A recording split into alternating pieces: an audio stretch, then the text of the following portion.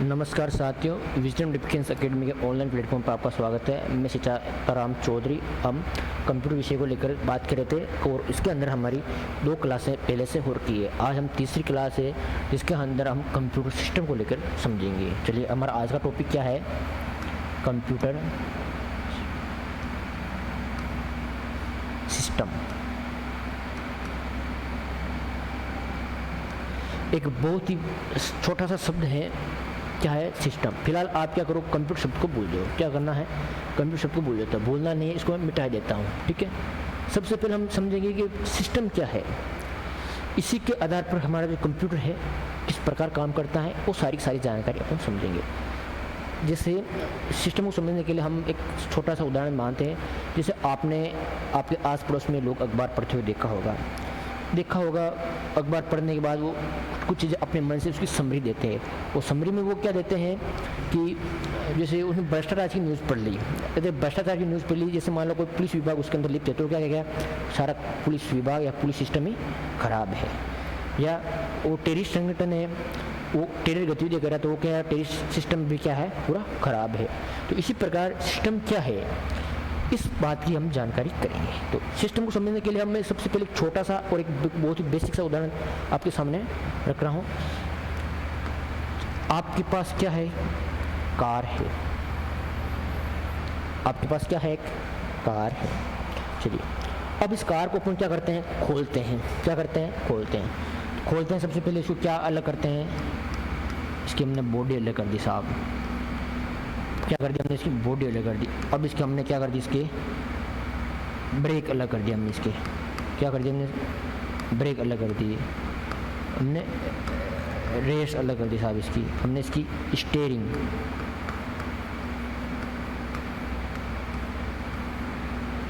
Engine, ठीक है, ये सारे हम चीज़ें, इसको मतलब कुल मिला के छोटे छोटे पार्ट्सों को नाम नहीं लेके मैं बड़े बड़े पार्ट्सों का नाम ले रहा हूँ। और इन सारे पार्ट्सों का, और इसके बाद इन सबको चलाने वाला कौन हो गया? ड्राइवर कह सकते हैं आप, या इसको मालिक भी कह सकते हैं। जो अगर खुद की कार है तो खुद मालिक चला रहा है। ठीक है, चलिए अब हम आगे बात करते हैं। तो देखिए सिस्टम किस प्रकार से बनता है। बॉडी, ब्रेक, स्टीयरिंग, इंजन, ये सारी चीज़ें मिलकर क्या बना रही है? कार को बना रही है। चला कौन रहा है? इनको एक ड्राइवर चला रहा है। मतलब इन सभी को हम क्या कर सकते हैं? हम छू सकता है। बॉडी को छू सकते हैं, ब्रेक को छू सकते हैं, रेस, स्टीयरिंग सबको छू सकते हैं। तो ये सारे के सारे क्या हो गई? भौतिक हुए। क्या हुई? भौतिक भाग क्या होते हैं कि वह उपकरण जिनको हम छू सकते हैं, देख सकते हैं, महसूस कर सकते हैं, सारे क्या होंगे? भौतिक भाग कहलाते हैं। चलिए, ठीक है, ये सारे के सारे मिलकर क्या कर रहे हैं? कोई एक खास चीज़ बना रहे हैं। क्या बना रहे हैं? स्पेशल चीज़ बना रहे हैं। और स्पेशल ये चीज़ क्या कर रही है? कोई विशेष उद्देश्य पूरा कर रही है अपना, मतलब कोई विशेष काम कर रही है। क्या काम कर रही है? कोई विशेष काम कर रही है, अपना कोई विशेष उद्देश्य पूरा कर रही है। तो मतलब वह भौतिक उपकरण मिलकर किसी विशेष उद्देश्य को पूरा करने के लिए काम करते हैं। वो काम क्या कहलाता है? एक सिस्टम कहलाता है। अगर हम पुलिस विभाग की बात करें तो यातायात वाले, क्राइम वाले, सिविल पुलिस वाले, सारे के सारे मिलकर क्या करते हैं? राज्य के अंदर शांति व्यवस्था स्थापित करने का कार्य करते हैं। तो वो क्या है? उनका सिस्टम है। क्या है? उनका सिस्टम है। बॉडी, ब्रेक, रेस, स्टीयरिंग और इंजन मिलकर क्या करते हैं? एक कार बनाते हैं। कार क्या करते हैं? कोई विशेष उद्देश्य पूरा करती है। विशेष उद्देश्य एक स्थान से दूसरे स्थान पर जाने के लिए, आदमी को आसानी से आवागमन करने के लिए, एक विशेष काम के लिए इसका गठन किया जाता है। इसी प्रकार क्या है? इसी उदाहरण के आधार पर क्या है? Computer system. क्या है? Computer system.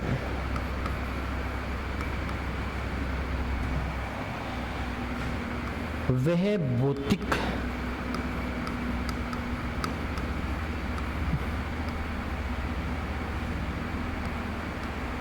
उपकरण जिसके अंदर क्या आ जाएगा आपके हार्डवेयर, सॉफ्टवेयर। देखिए हार्डवेयर तो भौतिक में आता है, लेकिन सॉफ्टवेयर उसको हम देख छू नहीं सकते हैं, या आप इसको सीधा ऐसे लिख दो, वह उपकरण, क्वेश्चन क्या लिखता है, हार्डवेयर या सॉफ्टवेयर मिलकर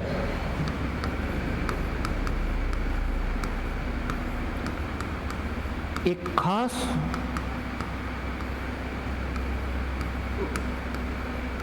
उद्देश्य को पूरा करने का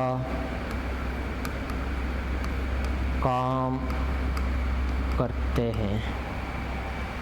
वह उपकरण, वह कंप्यूटर उपकरण मिलकर एक खास उद्देश्य को पूरा करने का काम करते हैं। कंप्यूटर सिस्टम कहलाते हैं। क्या कहलाते हैं भाई? कंप्यूटर सिस्टम कहलाते हैं। मतलब कंप्यूटर के अंदर हम जो भी कार्य कर रहे हैं, उस कार्य को पूरा करने के लिए उसके अंदर जितने भी कंपोनेंट्स या जितने भी उपकरण जुड़ते हैं, वो सभी सारे उपकरण जुड़कर कंप्यूटर सिस्टम का निर्माण करते हैं। किसका निर्माण करते हैं? कंप्यूटर सिस्टम का।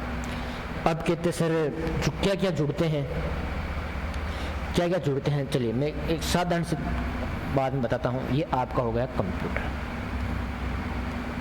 हो गया कंप्यूटर। इसके बाद ये आपका हो गया कीबोर्ड, हो गया कीबोर्ड होगा। फिर आपका हो गया माउस,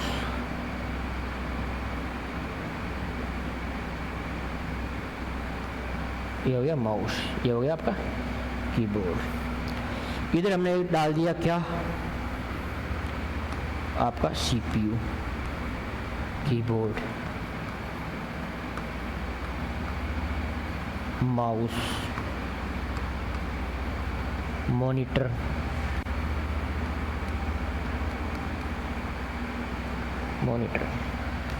इसकी भी पिन निकाल दो।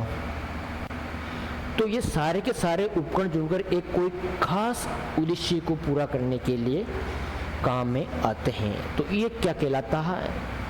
ये सारा क्या कहलाता है? कंप्यूटर सिस्टम कहलाता है। चलिए इसके बाद एक वापस हम उदाहरण पर आते हैं। और जब ये सारे जुड़कर एक कोई खास स्पेशल चीज़ बनाते हैं जिसका उपयोग क्या करता है? कोई खास उद्देश्य पूरा करता है, ठीक है। और एक खास उद्देश्य पूरा किसका करता है? उस ड्राइवर का कर सकता है, या उस मालिक का करता है जो उसको यूज़ में लेता है, या उस मालिक का करता है। तो ये अगर कार के उदाहरण बात करें तो क्या है कि उसका मालिक है या ड्राइवर है। लेकिन अगर मैं कंप्यूटर की भाषा में बात करूं, किसमें बात करूं? अगर मैं कंप्यूटर की भाषा में बात करूं तो वो उसका क्या कहलाता है? यूजर। यूजर को हम हिंदी में कहते हैं उपयोगकर्ता। उपयोगकर्ता तो परिभाषा क्या ऐसी भी हो सकती है कि उपयोगकर्ता का खास काम को या खास उद्देश्य को पूरा करने के लिए हार्डवेयर और सॉफ्टवेयर का संयोजन। क्या? उपयोगकर्ता के खास उद्देश्य को पूरा करने के लिए हार्डवेयर और सॉफ्टवेयर का संयोजन ही क्या है? कंप्यूटर सिस्टम है। क्या है? Computer system. तो ये तो है अपनी बेसिक परिभाषा के अपन समझ से, अपन अपनी भाषा में समझ से। अब हम इसको कंप्यूटर की भाषा में भी एग्जामिनर ये तो पूछेगा नहीं आपको कि भाई सिस्टम को आप अपनी भाषा में समझो, वो क्या करेगा? वो अपनी ही लैंग्वेज में पूछेगा। तो अब हम उसकी अपनी ही लैंग्वेज के अंदर बात करते हैं। चलिए कंप्यूटर संगठन या संगठन क्या है? अलग अलग भौतिक भागों से मिलकर बना होता है कंप्यूटर सिस्टम के 3 इकाइयाँ। अब इसमें भौतिक भाग कौन कौन से होते हैं? एक तो system unit CU, input unit कौन? System unit, control unit. ये क्या करती है कि सारा का सारा इसको कंट्रोल करने का काम करती है। कार के उदाहरण में बात करें तो क्या है? ड्राइवर। ड्राइवर उसको क्या है कि सारा का सारा कंट्रोल करता है, ठीक है। इसके बाद इनपुट यूनिट। इनपुट यूनिट में क्या है, उसको इनपुट देने का काम करती है, ये कमांड देती है कि अब ये करना है। अब जैसे मान लो ड्राइवर गाड़ी चला रहा है तो वो क्या करेगा, उसको रेस देगा, उसके ब्रेक लगाएगा, उसके गियर डालेगा, तो वो क्या है, उस कार के लिए एक इनपुट का काम है, वो उसके क्या है, इनपुट यूनिट है। उसके बाद आउटपुट यूनिट क्या है भाई, जो हमने इनपुट डाला है उसी का परिणाम प्राप्त होना। अगर हम कार के उदाहरण की बात करें तो आपका एक गंतव्य से या एक स्थान से दूसरे स्थान पर जाना, उसका अपने आप में क्या है, गाड़ी के उदाहरण में वो आउटपुट है। और कंप्यूटर के उदाहरण में क्या, कंप्यूटर उदाहरण में कैसे क्या हो जाएगा, जैसे आपने डाला 3 + 3 3 और ये ऑपरेशन है, ये तो क्या है, इसका इनपुट है। और प्लस क्या है, इसका कंट्रोल, मतलब प्लस इसको जोड़ने का कार्य कर रहा है, इनको कंट्रोल कर रहा है कि भाई तुम्हें इसने तुम्हें जुड़ना ही है और तुम्हें कुछ नहीं करना है। और आउटपुट के तौर पर इसमें क्या आ जाएगा, आपका 6 आ जाएगा। तो इस प्रकार कंप्यूटर सिस्टम संगठन है एक 3 इकाइयों से मिलकर बना होता है, जिसमें एक पहली इकाई होती है आपकी सिस्टम यूनिट, दूसरी होती है आपकी इनपुट यूनिट और तीसरी होती है आपकी आउटपुट यूनिट। इनको हम बड़े ही डिटेल से पढ़ेंगे और आपके इसमें क्वेश्चन बहुत ही अच्छे लेवल के बनने की संभावना रहेगी। चलिए सबसे पहले हम बात करते हैं इनपुट यूनिट में, फिर आपका है इनपुट आउटपुट, और ये है आपका सेंट्रल प्रोसेसिंग यूनिट या CPU। और CPU के अंदर भी क्या आती है, आपकी मेमोरी होती है। कौन सी मेमोरी, अस्थायी मेमोरी और स्थायी मेमोरी, 2 प्रकार की इसके अंदर मेमोरी होती है, ठीक है। और वो किस प्रकार से काम करेगी वो सारी अपन जानकारी करेंगे। चलिए सबसे पहले आपका पहली कही आपकी control unit system unit. CPU क्या है, CPU क्या है, एक आयताकार बॉक्स के रूप में होता है। उस आयताकार बॉक्स को क्या कहते हैं, CPU कैबिनेट कहा जाता है।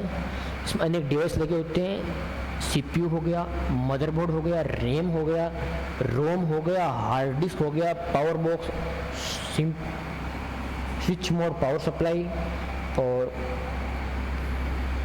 CMOS complementary metal oxide system, ये सारी इसके अंदर आ जाएगी। चलिए आपके मन में क्वेश्चन होगा, सर मदरबोर्ड क्या है, रैम क्या है, रोम क्या है, हार्ड डिस्क क्या, इन सारी की सारी हम जानकारी अगले में करेंगे।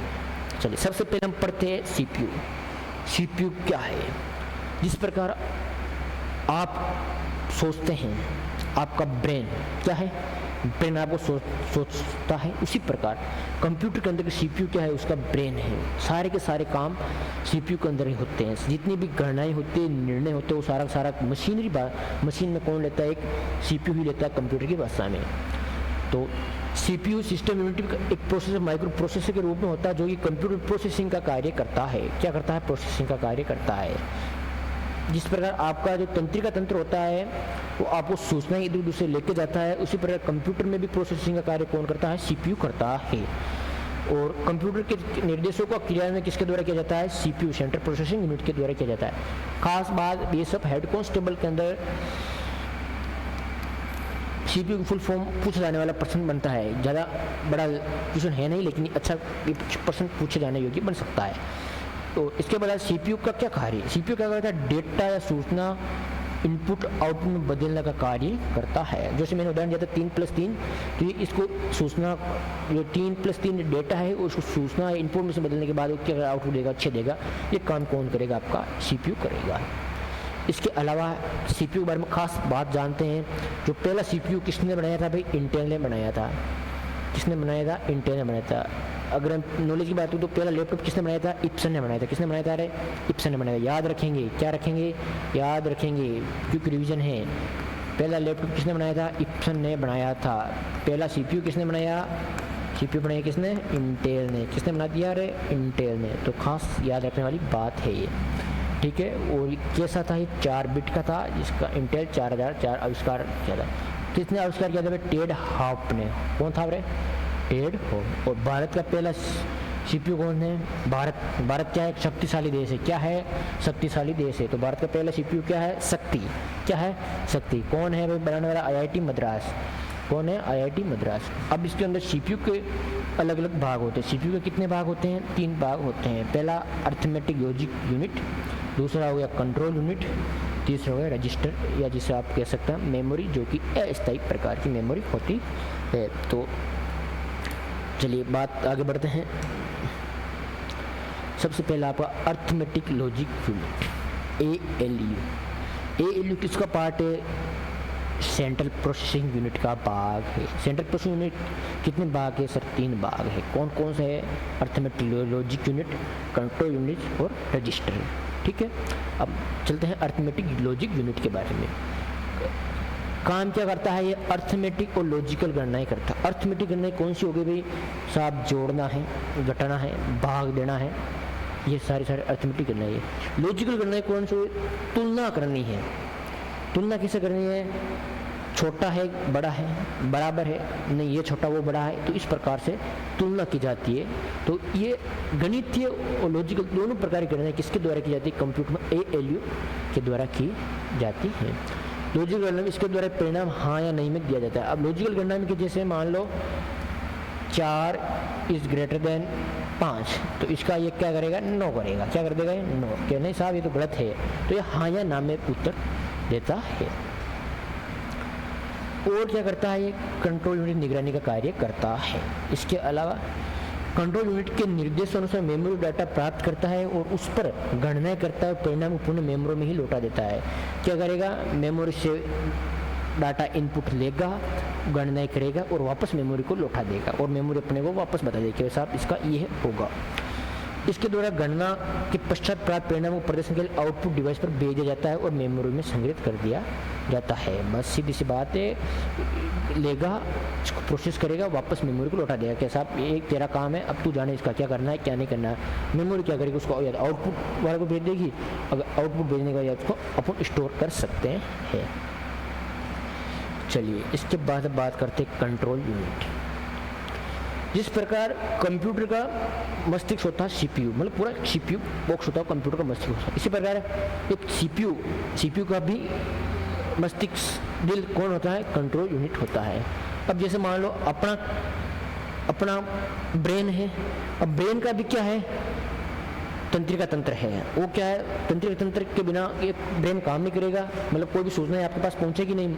एक मानव शरीर के अंदर बात करें तो हम तो ठीक उसी प्रकार CPU में अगर कंट्रोल यूनिट नहीं होगा तो चीज़ें होगी नहीं।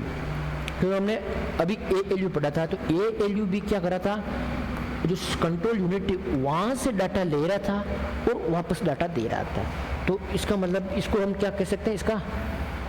इसका मस्तिष्क कह सकते हैं या दिल कह सकते हैं। नाड़ी तंत्र भी कहते हैं। नाड़ी तंत्र क्यों कहते हैं? कि भाई अगर आदमी के अगर रीढ़ की हड्डी नहीं होगी तो आदमी किसी भी काम का नहीं है। इसी प्रकार कंप्यूटर के अंदर भी अगर कंट्रोल यूनिट नहीं रहता तो वो CPU किसी भी काम का नहीं है, तो इसको हम नाड़ी तंत्र भी कहा जाता है। तो कंप्यूटर समस्त कार्यों नियंत्रण और संचालन कंट्रोल यूनिट की देखरेख में होता है और कंप्यूटर की आंतरिक क्रियाओं का संचालन करती है और इनपुट आउटपुट क्रियाओं का संचालन करता है। इसके द्वारा मेमोरी के प्रोग्राम को क्या पढ़ा जाता है? प्रोग्राम क्या करेगा? ये रीड करता है। क्या करता है? ये प्रोग्राम को पढ़ता है, उसको समझता है कि भाई हाँ अब इसको किस प्रकार से देना है और ALU मेमोरी की आवश्यकता करने के लिए निर्देश करती है। अब आप इसको एक मेरे मन में उदाहरण, सीधा सा उदाहरण आ रहा है कि जैसे मान लो आपके घर में प्रोग्राम होता है, तो जो आपके घर में जो बुजुर्ग वगैरह लोग होते हैं तो वो क्या करते हैं कि किसको कैसा किस प्रकार के कपड़े देने हैं, तो वो उसको सबसे पहले वो समझते हैं। क्या करते हैं? उसको सबसे पहले समझते कैसे हैं कि उसका रिश्ता आपके कितना नज़दीक है, उस नज़दीक रिश्ते को समझेंगे। फिर उसको आप जो कपड़े दे रहा है, जैसे आपको पिताजी दे रहे हैं, तो उसको व्याख्या करेंगे कि आपको ये अपना इतना नज़दीक है तो आपको इसको इस प्रकार इस रेंज का कपड़ा देना है। तो ठीक यही कंप्यूटर के अंदर में किया, कंप्यूटर में भी सेम एक ही ये बात है कि ये क्या करता है? इसको समझता है और ये भाई आगे किसको देना है। जैसे गणितीय लॉजिकल करना है तो ये क्या करेगा? ALU को दे देगा। किसको दे देगा? ALU को दे देगा। और अगर जैसे कोई मेमोरी में रखने वाली चीज़ है तो उसको क्या करेगा? मेमोरी वाला को मेमोरी को दे देगा, उसको रजिस्टर को दे देगा। बस ये सीधी सी बात है।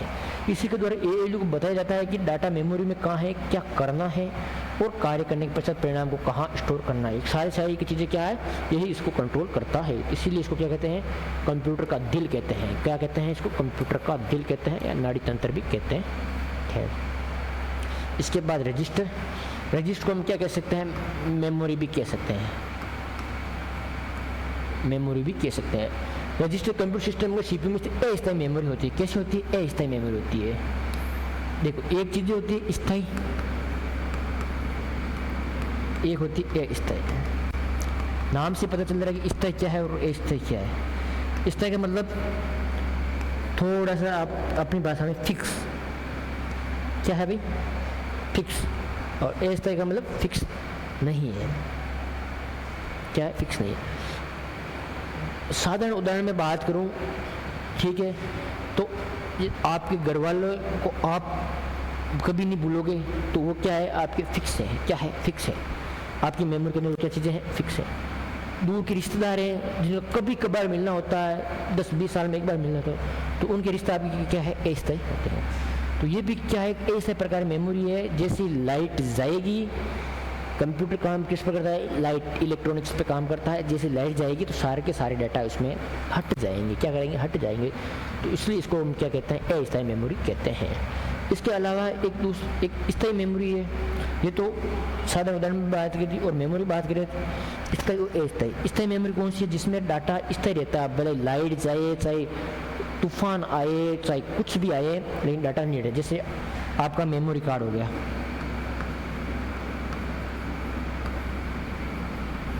कुछ भी हो जाए उसमें डाटा डिलीट खत्म, हटता नहीं है। लाइट जाए, कुछ भी जाए, आपका फ़ोन स्विच ऑफ हो गया, फिर आप उसका डाटा रहेगा। हो गया। पेन ड्राइव हो गया आपका, कुछ भी इसमें डाटा जाएगा। इसके अलावा अस्थायी मेमोरी कौन सी है, जिसमें डाटा जाता है, आपके सामने ही रजिस्टर।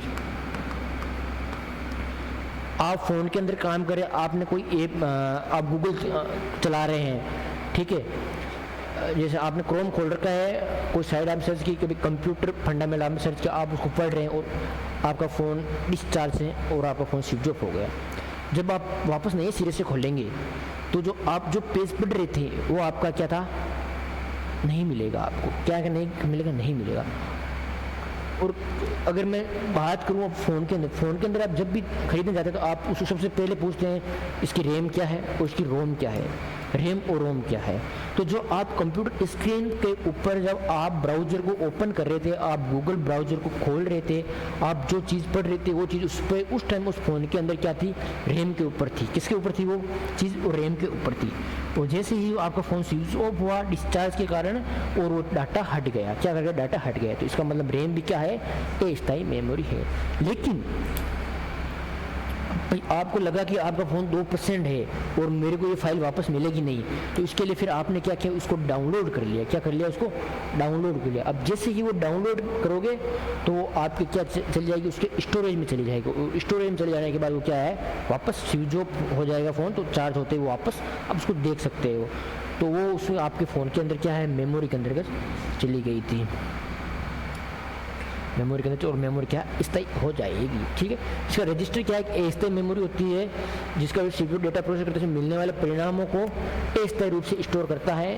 और ये तो है उसके। इसके बाद सबसे खास बात इसकी क्या है, एक अंडरलाइन करने वाली बात है और एग्जाम क्वेश्चन है। क्या है, एग्जाम क्वेश्चन कि रजिस्टर सबसे तेज और सबसे छोटी मेमोरी। तो मेमोरी की सबसे छोटी इकाई कौन सी है, रजिस्टर है। कौन सी है, रजिस्टर है। इसके अलावा मेमोरी की सबसे तेज इकाई कौन सी है, सबसे तेज क्या है, रजिस्टर मेमोरी। सबसे तेज मेमोरी भी कौन सी है, रजिस्टर मेमोरी। और सबसे छोटी भी क्या है, तेज। यह तेज का मतलब है कि जैसे ही आपको कुछ भी चाहिए तुरंत रिएक्शन देता है, तुरंत रिएक्शन। जैसे आपके शरीर को पिन चुभी आपको तुरंत आपका हाथ उधर जाएगा, तो ठीक रजिस्टर मेमोरी इसी प्रकार सबसे फास्ट रिएक्शन देती है। चलिए हम आगे बढ़ते हैं। इसके बाद आता है मदरबोर्ड। सीपीयू के अंदर क्या लगा होता है, मदरबोर्ड लगा होता है। मदरबोर्ड क्या होता है, एक फाइबर का बना होता है, फाइबर ग्लास उसका बना होता है। और मदरबोर्ड क्या कहते हैं, कंप्यूटर की रीढ़ की हड्डी कहा जाता है। क्या कहते हैं, रीढ़ की हड्डी। क्यों कहते हैं भाई, क्योंकि जितने भी जो भी चीज़ें कंप्यूटर के अंदर जुड़ी होती है वो सारे सारे किस पर जुड़ी होती है, इसी के ऊपर जुड़ी होती है। तो प्रिंटेड सर्किट बोर्ड पीसीबी, क्या कह सकते हैं इसको, PCB. System board, logic board या मेन बोर्ड भी कहा जाता है। कंप्यूटर सिस्टम के input device, output device, processing device, network device आदि मदरबोर्ड से जुड़े होते हैं। रीढ़ की हड्डी का कहने का मतलब क्या है कि जैसे मनुष्य के शरीर के अंदर जो जितने भी पार्ट जुड़े वो सारे सारे रीढ़ की हड्डी से जुड़े हुए हैं। आपके हाथ है कर कुरा के वापस रीढ़ की हड्डी के जॉइंटों के अंदर जा रहे हैं, पीछे पसले हुए सारे सारे इसी के अंदर जुड़े हुए।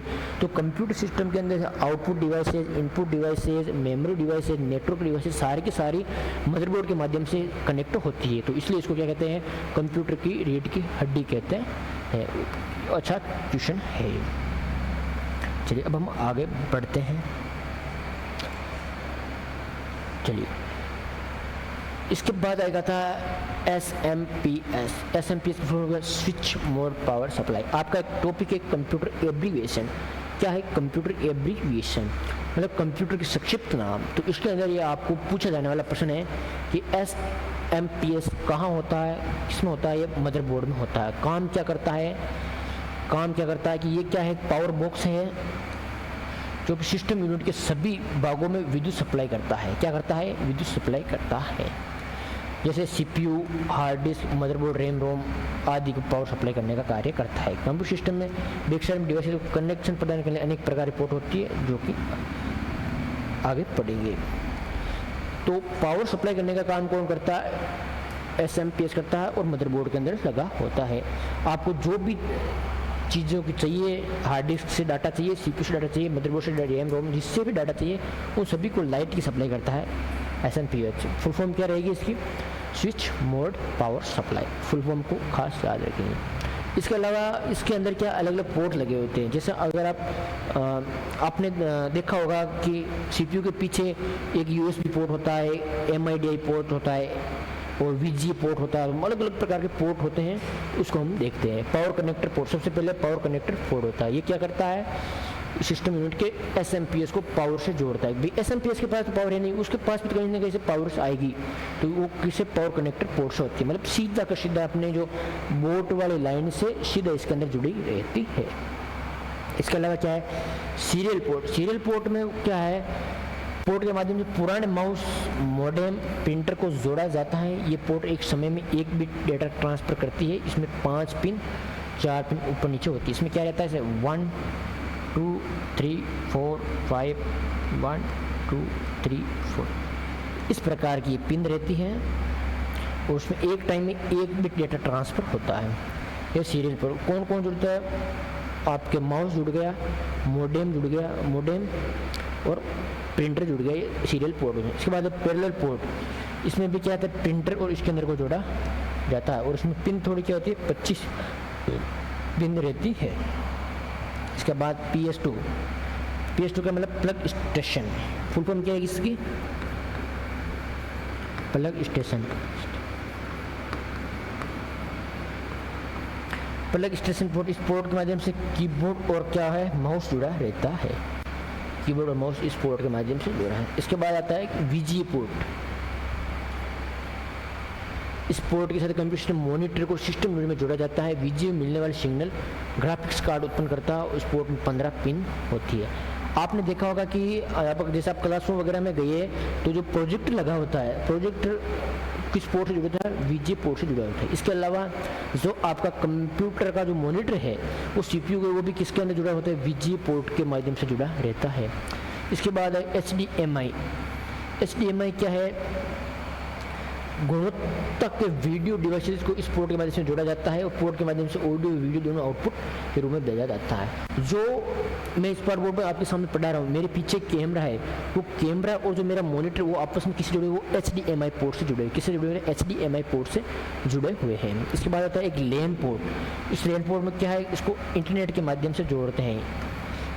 इंटरनेट के माध्यम से लैन पोर्ट से जोड़ते हैं।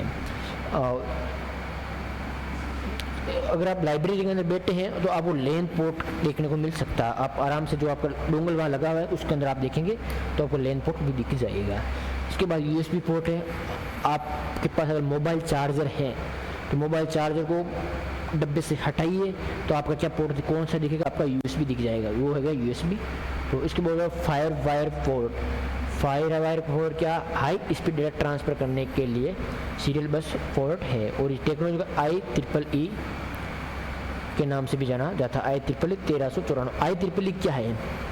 IEEE एक संस्था है USA की जो कि इनको फिक्स करने का काम करती है। अब जैसे मान लो HP का है तो HP वाला क्या कहेगा कि भाई मैं USB में नहीं दूंगा, मैं मेरे किसी और में दे दूंगा। चलो HP के उदाहरण को छोड़िए, हम बात करते हैं आपके पास Vivo का फ़ोन है, आपके पास एप्पल का फ़ोन है, आपके पास मोटोरोला का फ़ोन है। आपने खास बात ये देखी होगी कि इनके जो चार्जर है वो आज सभी सी टाइप के चार्जर देने लगे। क्यों देने लगे? इसके कारण। किसके कारण देने लगे? इसके कारण इसने ये कहा कि भाई देखो, जो लोग हैं, लोगों को कम से कम पैसे में अच्छी से अच्छी गुणवत्ता मिलनी चाहिए। तो जैसे अगर आईफोन वाला क्या चाहता है कि जैसे मेरा आईफोन और फ़ोन ले तो वो चार्जर भी मेरी कंपनी का खरीदे, जो उसके ईयरबड है वो मेरी कंपनी का खरीदे। तो ये क्या है, उसकी एक प्रकार से ग्राहक के ऊपर थोपी जाने वाली शर्तें हैं। तो ये चीज़ें बंद करने के लिए IEEE ने क्या किया कि मतलब एक यूनिक होने चाहिए कि भाई जैसे मान लो आपकी कंपनी का फ़ोन है, ठीक है, लेकिन जो बाकी उपकरण है वो क्या है, हम दूसरी कंपनी के भी खरीद सकते हैं। चलिए, ये है IEEE संस्था, ठीक है, का काम है। तो अब ये क्या करती है, ये एक फिक्स जारी करती है पोर्ट नंबर के भाई अगर मोबाइल चार्जर की बात करें तो C टाइप का चार्जर ही रहेगा। मोबाइल सभी मोबाइलों में C टाइप का चार्जर ही रहेगा। लैपटॉप में तो गोल्ड टाइप पिन रहेगी, तो गोल्ड टाइप पिन सभी लैपटॉप, मतलब जितने भी लैपटॉप की सारी कंपनियां हैं वो अब आने वाले भविष्य में जो चीज़ें बनाएंगी वो इसी के आधार पर इसी प्रकार के पोर्ट रखकर उनको बनाएगी। इसके बाद ऑडियो पोर्ट, नाम से पता चल रहा है ऑडियो है, ऑडियो सुनने के लिए फिर इसमें क्या लगा, स्पीकर लगा सकते हैं, हेडफोन्स लगा सकते हैं और माइक्रोफोन। अब ऑडियो पोर्ट कैसा होता है, आपके पास वायर्ड जो वायर के जो एयरफोन है उसकी जो पिन है वो क्या है, वो पिन ऑडियो पोर्ट के अंदर जाती है। आपको जो मोबाइल के अंदर जो छेद होता है तो वो क्या है, ऑडियो पोर्ट है, ठीक है। जो ये वाला पोर्ट आप डेली लाइफ में आपको देखने को मिल जाते हैं। तो सबसे पहला था, अगर हम थोड़ा सा पीछे रिवीजन करें तो सिस्टम यूनिट के बारे में हमने अभी पढ़ा था। उसके बाद दूसरा है हमारा इनपुट डिवाइस। इनपुट डिवाइसेज का क्या काम है, कंप्यूटर के अंदर डाटा इनपुट करना। क्या करना है, डाटा इनपुट करना, इसका काम करना इनपुट डिवाइसेज का काम। यूजर के द्वारा दिए गए मानवीय भाषा के डेटा निर्देश सूचनाओं को कंप्यूटर में समझने योग्य भाषा में अर्थात मशीनी भाषा में परिवर्तित करने उन्हें इनपुट डिवाइसेस कहा जाता है। कि मान लो जैसे मैं बोल रहा हूँ राम, मैंने बोला राम, लेकिन कंप्यूटर क्या है, कंप्यूटर राम को नहीं समझता है। कंप्यूटर उसके लिए क्या करेगा, इसको मशीनी भाषा में बदलता है। कौन सी भाषा में बदलता है, मशीनी भाषा में बदलता है। मशीनी भाषा कौन सी होती है साहब, जो 0 और 1 की फॉर्म में चलती है। क्या करती है, 0 और 1 की फॉर्म में चलती है, वो मशीनी भाषा होती है। तो ये इसको क्या करेगा, इसके अंदर बदलेगा। ये काम कौन करता है, ये काम करती है आपकी इनपुट डिवाइसेस। कौन करती है, input devices. Input devices in मशीनी भाषा में बदलने का कार्य करती है। चलिए अब हम इसके अलावा इनपुट डिवाइस डेटा निर्देश कंप्यूटर तक ले जाने और मशीन भाषा में परिवर्तित करने का कार्य करती है। ये वाला लाइन मैंने अभी बता दिया आपको। चलिए अब हम आगे बढ़ते हैं। इसके बाद वेरी इम्पोर्टेंट स्लाइड है ये, एग्ज़ाम में छपने वाली स्लाइड है ये।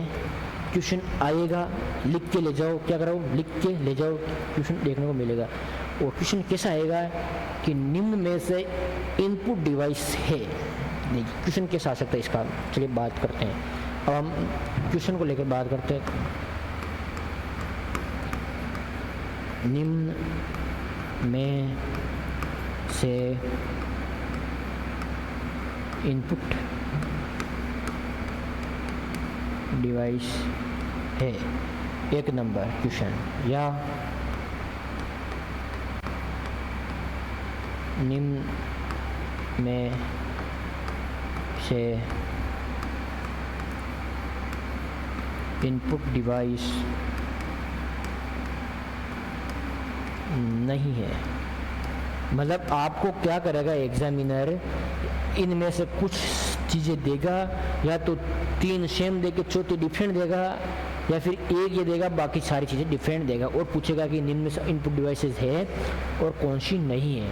तो इसको आप आराम से उतारना है। तो मैं बता देता हूँ। सबसे पहले mouse, track board, joystick, light pen, stylus, touch pad, touch screen, digitizer, bar code reader, QR का हो गया,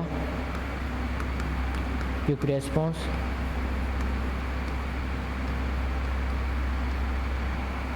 magnetic ink character recognition, optical mark reader, optical character recognition OCR।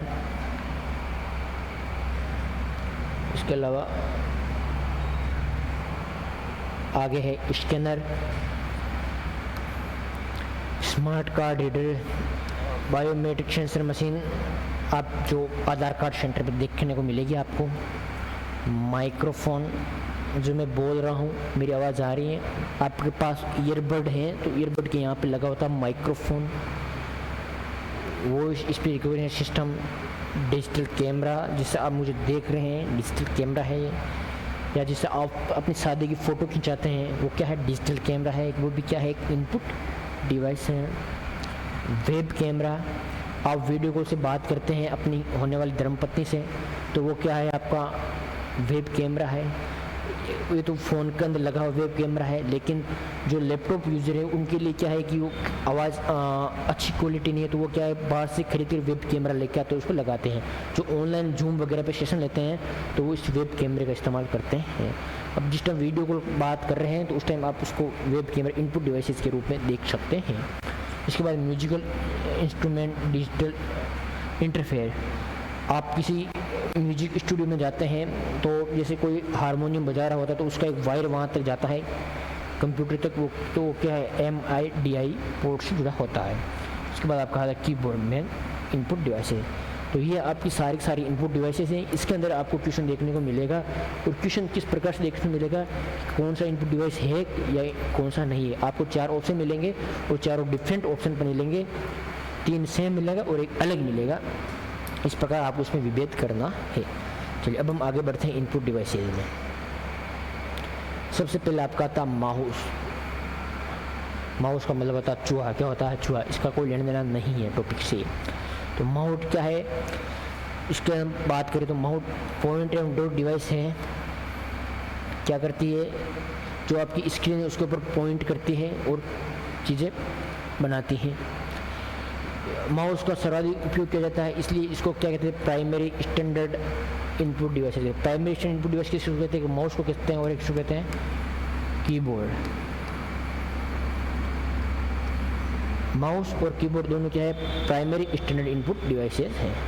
कैसे है प्राइमरी स्टैंडर्ड इनपुट डिवाइसेस है।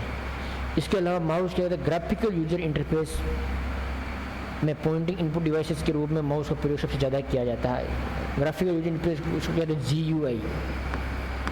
GUI, मतलब चित्र से समझकर इनपुट करते हैं उसको GUI करते हैं। एक पहले आता था लाइनक्स कंप्यूटर, वो क्या सिर्फ कमांड पर काम करता था, मतलब उसमें सारी लिखते थे। अब इसमें क्या आप चित्र के ऊपर क्लिक करते हैं और उसको क्या करता है इसको इनपुट कर देता है। अब जैसे मान लो चित्र पर कैसे करते हैं कि जैसे मान लो आपका फोल्डर बना हुआ है गैलरी का, गैलरी फोल्डर बना उसके अंदर आपकी एक चित्र बने, तो आप जैसे ही इस गैलरी पे क्लिक ना करेंगे इस चित्र पे क्लिक करेंगे तो ये क्या करेगा, उसको इनपुट दे देगा कि भाई ये चीज़ें ये खोलना चाह रहा है। चलिए इसके बाद क्या है, माउस को समतल जगह पर घुमाया जाता है तो स्क्रीन पर प्रदर्शित पॉइंटर कर्सर उस दिशा में घूमता है। आप जिस प्रकार माउस को समतल जगह पर घुमाओगे तो उसका जो कर्सर है वो भी डिनोट करता रहेगा। तो माउस में ध्यान रखने वाली बात क्या है, माउस एक प्राइमरी इनपुट डिवाइस है और क्या है पॉइंटिंग इनपुट डिवाइस है, मतलब जो इनपुट पॉइंट के रूप में अंदर डालता है, जिस पॉइंट किया और उसको इनपुट डाल देगा। ठीक है, इसके बाद माउस के प्रकार, माउस 3 भागों में बांटा गया है, मैकेनिकल, प्रकाशीय, ऑप्टिकल और वायरलेस। किस में मैकेनिकल हो गया, प्रकाशीय हो गया और ऑप्टिकल माउस हो गया। मैकेनिकल माउस में इस प्रकार माउस में क्या होता है, निचले भाग में एक गेंद लगी होती है, जब माउस को किसी समतल जगह पर घुमाया जाता है तो वो बॉल घूमती है और स्क्रीन पर प्रदर्शित पॉइंटर उसी दिशा में घूमने लग जाता है। ये तो हो गया मैकेनिकल माउस। इसके बाद होता है ऑप्टिकल माउस। ऑप्टिकल माउस क्या होता है, प्रकाश की एक किरण के माध्यम से उसको प्रदर्शित करते हैं, मतलब बीप होती है, जो आजकल जो ये ऑप्टिकल माउस ज़्यादा यूज में ले हैं। इसके बाद तीसरा तो वायरलेस माउस। वायरलेस माउस क्या होता है, इसमें वायरलेस मतलब बिना वायर का, इसमें वायर नहीं होंगी। वायर नहीं होंगे तो क्या होगा, ये ब्लूटूथ सिस्टम के अंदर कार्य कर सकते हैं। क्या होगा, ब्लूटूथ सिस्टम के अंदर, ब्लूटूथ सिस्टम के अंदर ये करते हैं कार्य करते हैं और फ्रीक्वेंसी के आधार पर कार्य करते हैं। इसके अलावा जो ऑप्टिकल माउस होते हैं और वायरलेस माउस होते हैं, ये इंफ्रारेड किरणें या रेडियो किरणों का प्रयोग करते हैं डाटा इंटर करने के लिए। एक तो होता है मैकेनिकल माउस जिसमें तार लगे होते हैं और एक नीचे बॉल लगी होती है, जिस प्रकार बॉल घूमती है उसी प्रकार आपका कर्सर कंप्यूटर स्क्रीन पर घूमता है। प्रकाशीय माउस होता है, नीचे क्या है लाइट जाती है, जैसे आप उसको इधर उधर खिसकाएंगे तो जितने जितने लाइट मूव करती है उसी प्रकार आपका कर्सर इधर उधर मूव करेगा। वायरलेस माउस क्या होता है, रेडियो फ्रीक्वेंसी के ऊपर कार्य करते हैं। तो इस प्रकार माउस 3 भागों में बांटा गया है, मोटा मोटा याद रखना है। इसके अलावा माउस के अंदर हम बहुत सारे ऑपरेशन करते हैं। ऑप्शन क्या होते हैं, माउस को लेफ्ट क्लिक कर रहे हैं, राइट क्लिक कर रहे हैं, माउस के ऊपर बॉल लगी उसको हम स्क्रॉल कर रहे हैं, कोई ऑब्जेक्ट है उसको हम कंप्यूटर यहाँ से उठा के उसको यहाँ डाल रहे हैं। तो ये सारे के सारे हम क्या माउस के ऊपर ऑपरेशन कर रहे हैं, तो उसको पढ़ रहे हैं। चलिए सबसे पहला माउस पर हम कार्य करें क्या, लेफ्ट क्लिकिंग। क्या कर रहे हैं हम, लेफ्ट क्लिक या सिंगल क्लिक। जैसे आप एक बार कोई बटन दबाओगे तो जो फाइल है या जो फोल्डर है या जो आइकन है उसको क्या किया जाता है, सेलेक्ट किया जाता है। जैसे आप उसको सिंगल क्लिक करेंगे तो वो अपना आप क्या हो जाएगा, सेलेक्ट हो जाएगा। चलिए क्लिक, क्लिक का मतलब क्या है, बटन को दबाना। क्या है, बटन को दबाना। डबल क्लिक, डबल क्लिक का मतलब क्या है, जब आप लेफ्ट बटन दबाकर किसी फाइल फोल्डर आइकन को दबाते हैं तो वो क्या हो जाएगा, ओपन हो जाएगा।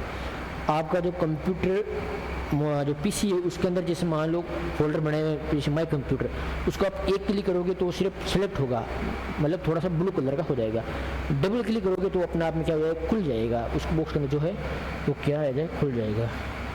और डबल क्लिक का प्रयोग माइक्रोसॉफ्ट वर्ड में किसी शब्द को क्या करने में, सेलेक्ट करने में किया जाता है। क्या करने में, सेलेक्ट करने में उसका उपयोग किया जाता है।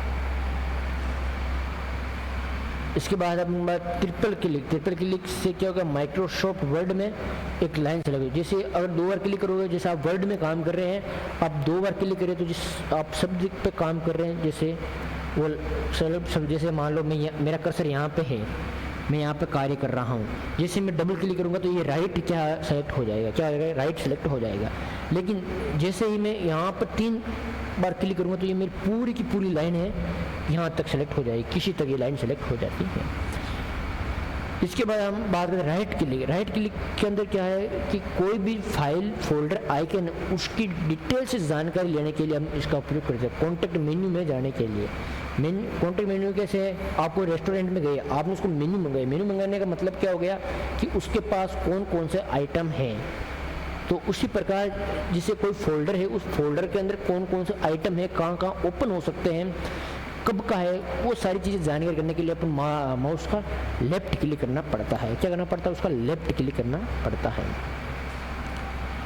और जैसे आप लेफ्ट क्लिक करोगे उसके अंदर क्या क्या ओपन होंगे, जैसे चीज़ें ओपन होंगी, folder, edit, print, new, cut, copy, delete, rename, properties. Properties मतलब उसमें गुण है, मारवाड़ी भाषा में लक्षण। क्या है, लक्षण। तो ये सारी चीज़ें इसमें क्या हो जाएगी, ओपन हो जाएगी। इसके बाद drag and drop. Drag and drop का मतलब क्या हो गया कि जैसे मान लो कोई ये चीज़ है, इसको यहाँ से सिलेक्ट करना, यहाँ से उसको उठा के यहाँ पटक देना, यहाँ ले आना। जैसे मान लो आपके इधर सारे के सारे बॉक्स बने हुए हैं और आप चाहते हो कि जो ये फोल्डर ये यहाँ आ जाए, तो आप क्या करो, माउस पर जैसे ही लेफ्ट क्लिक करोगे तो ये सेलेक्ट होगा, फिर इसको दबाते हुए अगर इधर लाओगे तो ये आपका फोल्डर नीचे आ जाएगा। तो इसको हम क्या कहते हैं, ड्रैग एंड ड्रॉप। मतलब ड्रैग सेलेक्ट कर पुरा के उसको उठा देना, और ड्रॉप का मतलब होगा उसको पटकना। ड्रॉप का मतलब क्या होता है, पटकना। जो रैपिडो वगैरह करते हैं तो उसमें ऑप्शन आता है पिकअप और ड्रॉप का। पिकअप उठाना कि भाई आप कहाँ से उठाना है, ड्रॉप का मतलब कहाँ पे उतारना है। ठीक है, इस ऑब्जेक्ट में file drop drag and drop का सिलेक्ट स्क्रीन एक स्थान से दूसरे स्थान पर ले जाने के लिए किया जाता है। एक स्थान से दूसरे स्थान पर ले जाने के लिए ड्रैग एंड ड्रॉप का प्रयोग किया जाता है। चलिए इसके बाद स्क्रॉलिंग। स्क्रॉलिंग क्या है, स्क्रॉल बटन व्हील के ऊपर स्क्रीन पर प्रदर्शित करने के लिए। अब जैसे मान लो आप कोई फ़ोन के अंदर आप PDF फाइल खोल रहे हैं, आप PDF फाइल के अंदर आपको 150 पेज है, तो आप क्या करेंगे, उसको आपके फ़ोन में लगे ऐसे ऐसे इसको ऊपर लेके जाएंगे, नीचे लेके जाएंगे, तो इसको क्या कहते हैं, स्क्रॉल करना कहते हैं। ठीक है, अब जो आपका कंप्यूटर है वो आपके पास टच स्क्रीन है नहीं, तो उसको ऊपर नीचे ले जाने के जो माउस के ऊपर जो बॉल होगी तो उसको ऐसे ऊपर या नीचे किया जाता है, तो वो क्या कहलाता है, स्क्रॉलिंग कहलाता है। क्या कहलाता है, स्क्रॉलिंग कहलाता है। देखिए जो ये वर्ड है इंग्लिश के हैं, अब इसको स्क्रॉलिंग ही आपको कहना पड़ेगा। अब इसको आप कोई दूसरा वर्ड नहीं कह सकते।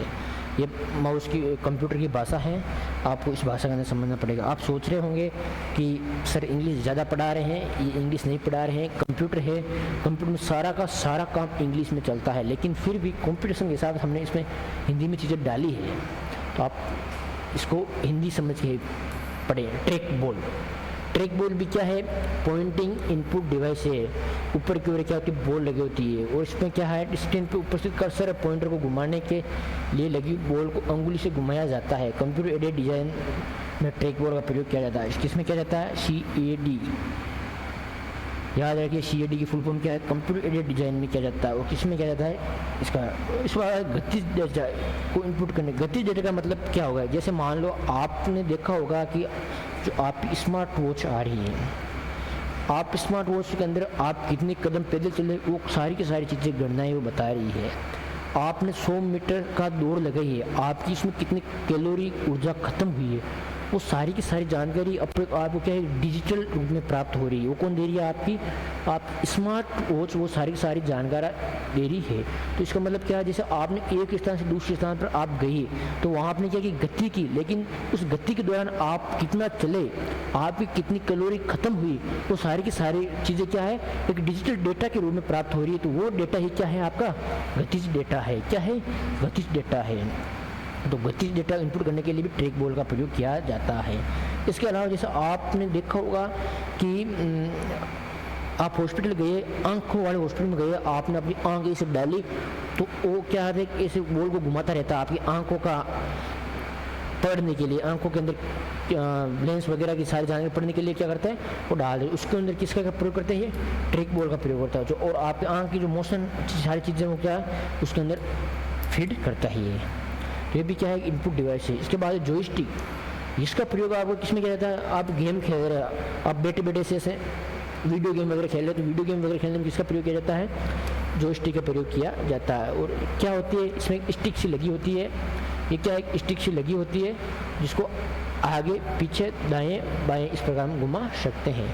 और ये भी क्या है, पॉइंटिंग इनपुट डिवाइस है। कैसा है भाई, पॉइंट करता है और फिर डाटा को इनपुट करता है। इसके बाद आता है लाइट पेन। अब जिसका ज़्यादा यूज़ है नहीं, लेकिन फिर भी देखते हैं लाइट पेन भी क्या है, पॉइंटिंग इनपुट डिवाइस है। पेन जैसा होता है, प्रकाश से संवेदनशील डिवाइस होता है, जिसके माध्यम से किसी भी स्क्रीन, डिजिटल, स्मार्ट बोर्ड पर सूचनाएं लिखने में, जैसे किसी प्रकार अक्षर लिखना, चित्र, आकृति बनाने में किया जाता है। जो मेरे हाथ में है, क्या है ये, लाइट पेन है। क्या है ये, लाइट पेन। इसमें क्या है, आगे एक प्रकाश संवेदी चीज़ें लगी हुई है। जैसे मैं बात करूँ, आपके कोई पुराना पेन है प्लास्टिक का, उसके अंदर आप तांबे का तार डाल लीजिए और आपकी बॉडी से जो टच रहेगी, और उसके आगे आप रुई डाल दीजिए, थोड़ा सा गीला कर दिए, वो भी एक प्रकार संवेदनशील बन जाएगा और लिखने के काम आ जाएगा। ये तो आप घरेलू बना सकते हैं, लाइट पेन का घरेलू काम में बना सकते हैं। तो लाइट पेन का काम क्या है, स्मार्ट वॉच, डिजिटल बोर्ड पर लिखने के लिए। और ये क्या होता है, प्रकाश संवेदी होता है। क्या होता है, प्रकाश संवेदी होता है। इसके बाद आता है स्टाइलिश। ये भी क्या है, एक पॉइंट एंड ड्रॉ डिवाइस है, पेन या पेंसिल जैसा होता है, मोबाइल ग्राफिक टैबलेट की स्क्रीन को कंट्रोल करने के लिए किया जाता है। आपने देखा होगा कि जैसे प्राचीन टाइम में सैमसंग, मोटरोला के फ़ोन आते थे, वो जिसके अंदर क्या आता था, स्टाइलिश था, उनकी साइड में क्या लगा रहता था, पेन लगा रहता था। वो क्या है, वो पेन ही क्या था, स्टाइलिश था। क्या था, स्टाइलिश था।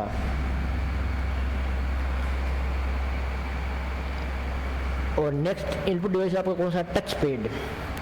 टच पैड कहाँ लगा होता है, आपके लैपटॉप के ऊपर। कहाँ पे, लैपटॉप के ऊपर टच पैड लगा होता है, जिसको आप टच करके इधर उधर इसको क्या करते हैं, मूव करते हैं। ये भी क्या है, पॉइंट एंड ड्रॉ डिवाइस है, सेम माउस की तरह। किसकी तरह, ये काम कैसे करता है, ये माउस की तरह ही काम करता है। ट्रैक बॉल और माउस के स्थान पर किया जाता है, क्योंकि ट्रैक बॉल भी क्या है, इनपुट डाटा इनपुट करने के लिए किया जाता है, माउस का भी प्रयोग डाटा इनपुट करने के लिए। लैपटॉप के अंदर जो आयताकार बॉक्स होता है, लगा हुआ होता है, वो क्या होता है, टच पैड होता है। क्या होता है, टच पैड होता है। चलिए आगे बढ़ते हैं। फिर आता है आपकी टच स्क्रीन। ये आपकी जो दिख रही है, ये भी क्या है, टच स्क्रीन ही है। आप लाइब्रेरी के अंदर बैठे हैं, आप मोबाइल देख रहे हैं, जो मोबाइल चला रहे हैं, आपकी जो मोबाइल ऊपर लगी स्क्रीन, वो भी क्या है, आपकी टच स्क्रीन है। मतलब आप स्क्रीन के माध्यम से डाटा को क्या कर रहे हैं, इनपुट कर रहे हैं। और टच स्क्रीन क्या करती है, इनपुट और आउटपुट दोनों का कार्य करती है। डाटा को इनपुट करने का भी कार्य करती है। आप चैट कर रहे हैं, डाटा इनपुट कर रहे हैं, चैट का रिप्लाई आपको वापस आ रहा है आपकी महबूबा की ओर से, वो आपका क्या हो गया, आउटपुट हो गया। क्या हो गया आपका, आउटपुट हो गया। ये एक पॉइंट एंड ड्रॉ डिवाइस है जिसमें कीबोर्ड और माउस के स्थान पर मॉनिटर स्क्रीन और मोबाइल स्क्रीन का प्रयोग किया जाता है। उदाहरण क्या है, एटीएम। क्या है, एटीएम।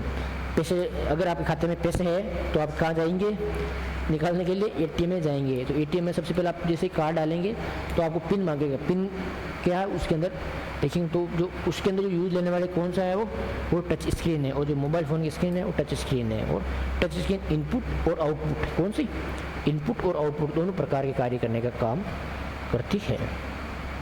चलिए इसके बाद आपका आता है डिजिटाइजर। क्या था, digitiser. Point and drop device है। क्या है ये, पॉइंट एंड ड्रॉप डिवाइस है। और इसको क्या नाम है, इसको ग्राफिक्स टैबलेट भी कहते हैं। क्या कहते हैं इसको, ग्राफिक्स टैबलेट भी कहते हैं, क्योंकि ये क्या करता है, इलेक्ट्रॉनिक प्लास्टिक बोर्ड के जैसा होता है जिस पर लिखी जाने वाली सूचना को डिजिटल के रूप में बदलता है। जो भी सूचना अपन लिख रहे हैं उस सूचना को डिजिटल रूप में बदलने का कार्य कौन करता है, डिजिटाइजर करता है। सूचना को डिजिटल बदलने का कार्य करते हुए क्या कर रहा है कि इनपुट का कार्य कर रहा है, कंप्यूटर के लिए इनपुट। इसका उपयोग किस में जाता है, CAD में किया जाता है। हमने अभी एक उदाहरण पढ़ा था कि ट्रैक बॉल का हम किस में काम लेते हैं, CAD के अंदर काम में लेते हैं। सेम उसी प्रकार डिजिटाइजर का भी प्रयोग CAD कंप्यूटर एडेड डिज़ाइन में किया जाता है। वास्तुकला, इंजीनियरिंग वगैरह किसी भी भवन, अब जैसे मान लो कोई इंजीनियर को नक्शा बना रहा है, उस नक्शे को हम डिजिटल के माध्यम से उसको कंप्यूटर डालेंगे, उसको चारों एंगल से 3D के अंदर उसको घुमा सकता है, उसका डिजिटलाइजेशन किया जा सकता है। तो इसके बाद आपकी अगली आती है बार कोड रीडर। कहाँ काम आती है भाई, आपने मॉल में गए, जियो मार्ट में गए, डी मार्ट में गए, आपने सामान लिया, उस सामान को काउंटर पे लेके गए, कैशियर के पास ले गए, तो कैशियर क्या करता है, इस मशीन उठाता है, उसको सीधा खाच क्या करता है, इस बार कोड को स्कैन करता है। जो बार कोड के इसके अंदर जो डाटा लिखा होता है वो सीधा उसके क्या होता है, मॉनिटर स्क्रीन पर इनपुट हो जाता है। तो इसलिए बार कोड रीडर का भी प्रयोग किया जाता है, कंप्यूटर के अंदर डाटा इनपुट करने के लिए इसका प्रयोग किया जाता है। इसके अलावा बार कोड किसी भी वस्तु पर मोटी व पतली उर्ध्व रेखाओं के रूप में होते हैं, मतलब उर्ध्व खड़ी रेखाओं के रूप में होते हैं, जिसमें वस्तु से संबंधित डेटा क्या होता है, स्टोर रहता है। बार कोड रीडर बार कोड में स्टोर डेटा को पढ़ने के लिए लेजर किरणों का प्रयोग करता है। और जो ये किरणें निकालता है, ये कौन सी किरणें होती है, लेज़र बीम होती है। कौन सी होती है, लेज़र किरणें होती है, लेज़र किरणें होती है। आपके मन में सवाल होगा कि ये ऐसा इतना पढ़ा रहे हैं, इसमें से एग्ज़ाम में क्वेश्चन किस प्रकार से पूछेगा, एग्जाम में क्वेश्चन किस प्रकार से बनेगा। तो इसका एक तो जैसे ये स्लाइड, इस स्लाइड एग्जाम में क्या क्वेश्चन पूछ सकता है, BCR की फुल फॉर्म पूछ सकता है। क्या कर सकता है, BCR की फुल फॉर्म पूछ सकता है। और ये BCR क्या है, कौन सी डिवाइस है, इनपुट है, आउटपुट है, नेटवर्क डिवाइस है, मेमोरी डिवाइस है, तो क्या है, इनपुट डिवाइस है। दूसरा क्वेश्चन। तीसरा क्वेश्चन क्या हो सकता है इसका, BCR के अंदर जो डाटा पढ़ने के लिए कौन सी किरणें का इस्तेमाल किया जाता है, कौन सी किरणें का इस्तेमाल किया जाता है भाई, लेजर किरणों का इस्तेमाल किया जाता है। इस प्रकार इस स्लाइड से आपको मैं 3 क्वेश्चन मैंने बना दिए। क्या कर दिए, 3 क्वेश्चन बना दिए। सेम के सेम सारी स्लाइड इसी प्रकार के क्वेश्चन बनते हैं और एग्जामिनर आपको पूछेगा। और इसका इस्तेमाल कहाँ किया जाता है, आपके सुपरमार्केट, पुस्तकालय, डिपार्टमेंटल स्टोर्स में किया जाता है। इसके बाद ये क्या होता है, 13 अंकों का होता है। ये एक्स्ट्रा जानकारी है, एग्जाम के पॉइंट ऑफ व्यू से नहीं है, आपको सिर्फ और सिर्फ नॉलेज के लिए बता रहे हैं। इसके प्रथम 2 अंक किसके होते हैं, देश के होते हैं। अगले 5 अंक होते हैं, कंपनी का नाम होता है। अगले 5 अंक क्या होता है, वस्तु का कोड होता है। और अंतिम 3 अंक ये बताता है कि सही रूप से ये स्कैन हुआ है कि नहीं हुआ है। तो ये एक्स्ट्रा जानकारी है। बाकी इसमें इतना पूछ सकता है कि बार कोड रीडर तक कितने अंकों का होता है, कितने अंकों का होता है। जैसे मान लो मैं आपको क्वेश्चन बोलूँ कि भाई आधार कार्ड में कितने अंक होते हैं, किसी को पता है आधार कार्ड में अंक कितने होते हैं, अब जाके देखना, क्या करना, आप जाके देखना कितने अंक होते हैं आधार कार्ड में। ठीक है, वैसे मैंने बोर्ड पे लिख दिए लेकिन मैं बोल नहीं रहा हूँ तो क्योंकि आप वरना दिमाग चलाएंगे नहीं। तो सेम इसी प्रकार बार कोड में कितने होते हैं इसको आप देखना है। इसके बाद आता है QR कोड। QR का फुल फॉर्म क्या होता है? Quick response. अब देखिए बात ये है कि सब बाहर कोड रीडर है, वो भी डाटा इनपुट करने के लिए आप इस्तेमाल ले रहे हैं। QR का काम भी सेम, लेकिन इसकी भी इसको ज़रूरत कहाँ है? जब बाहर कोड काम कर रहा है, आसानी से आपका बाहर कोड काम कर रहा है, तो फिर QR कोड क्यों बनाया? तो इसका सीधा साधारण सा मतलब है कि बार कोड के अंदर डाटा को क्या है, एक लिमिटेड डाटा स्टोर किया जा सकता है। क्या लिमिटेड डाटा स्टोर किया जा सकता है। और जो QR कोड है इसका आप अनलिमिटेड डाटा स्टोर कर सकते हैं, ठीक है।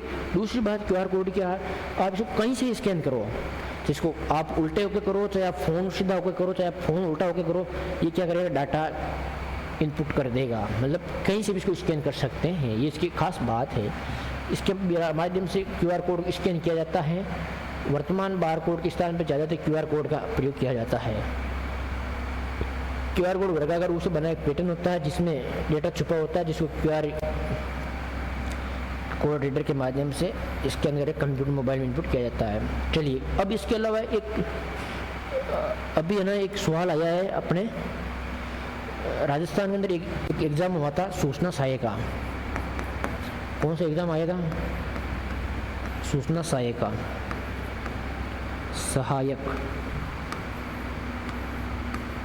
एग्ज़ाम। इसमें ना QR कोड को लेकर एक सवाल आया था कि जो QR कोड के अंदर डाटा होता है ये और ये आकर के आप समझ में नहीं आई होगी, अब आ जाएगी। देखो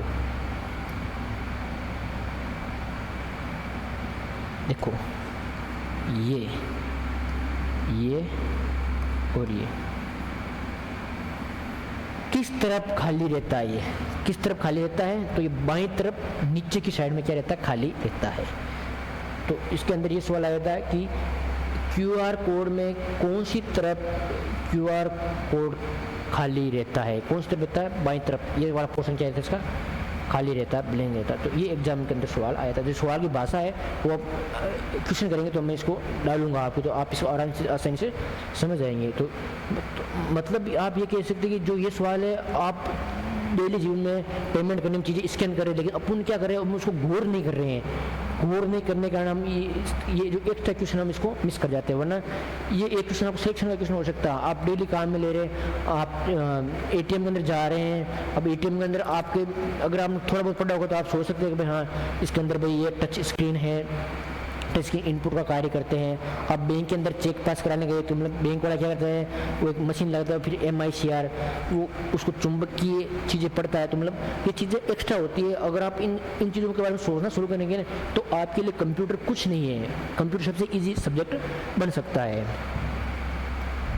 लेकिन भाई इसके लिए आपको सोचना पड़ेगा। बिस्तर में सोने से और दूसरों के नोट्स देखने से कंप्यूटर नहीं आता है। खुद के नोट्स बनाने पड़ेंगे, खुद को पढ़ना पड़ेगा, तपोगे तो ही निखरोगे। अगर जैसे मान लो आपके ट्रेनिंग होती है, अगर आपको ट्रेनिंग नहीं कराएंगे तो आप क्या हो जाएगा, आलसी हो जाएगा। आपकी ट्रेनिंग होती रहेगी, आपको डेली रगड़ा मिलेगा, तभी आपके अंदर क्या होगी, चमक आएगी, आपके अंदर ग्रोथ आएगी। इसी प्रकार शिक्षा में भी वही है, आप इसको डेली जितना पढ़ोगे उतना ही आप इसको अच्छा कर पाएंगे और आपको लंबे समय तक ये चीज़ें याद रह जाएगी। और इसके बाद QR कोड में बार कोड की तुलना में ज़्यादा डेटा स्टोर किया जा सकता है और QR कोड किसी भी डायरेक्शन में स्कैन किया जा सकता है। QR कोड आविष्कार किसने किया था? जापान का था, सब्सिडियर कंपनी थी डेंसो वेव। कौन सा? डेंसो वेव ने इसका आविष्कार किया था। और QR कोड डाटा कहाँ पे? Virtual room. वर्चुअल का मतलब क्या हो गया? आभासी।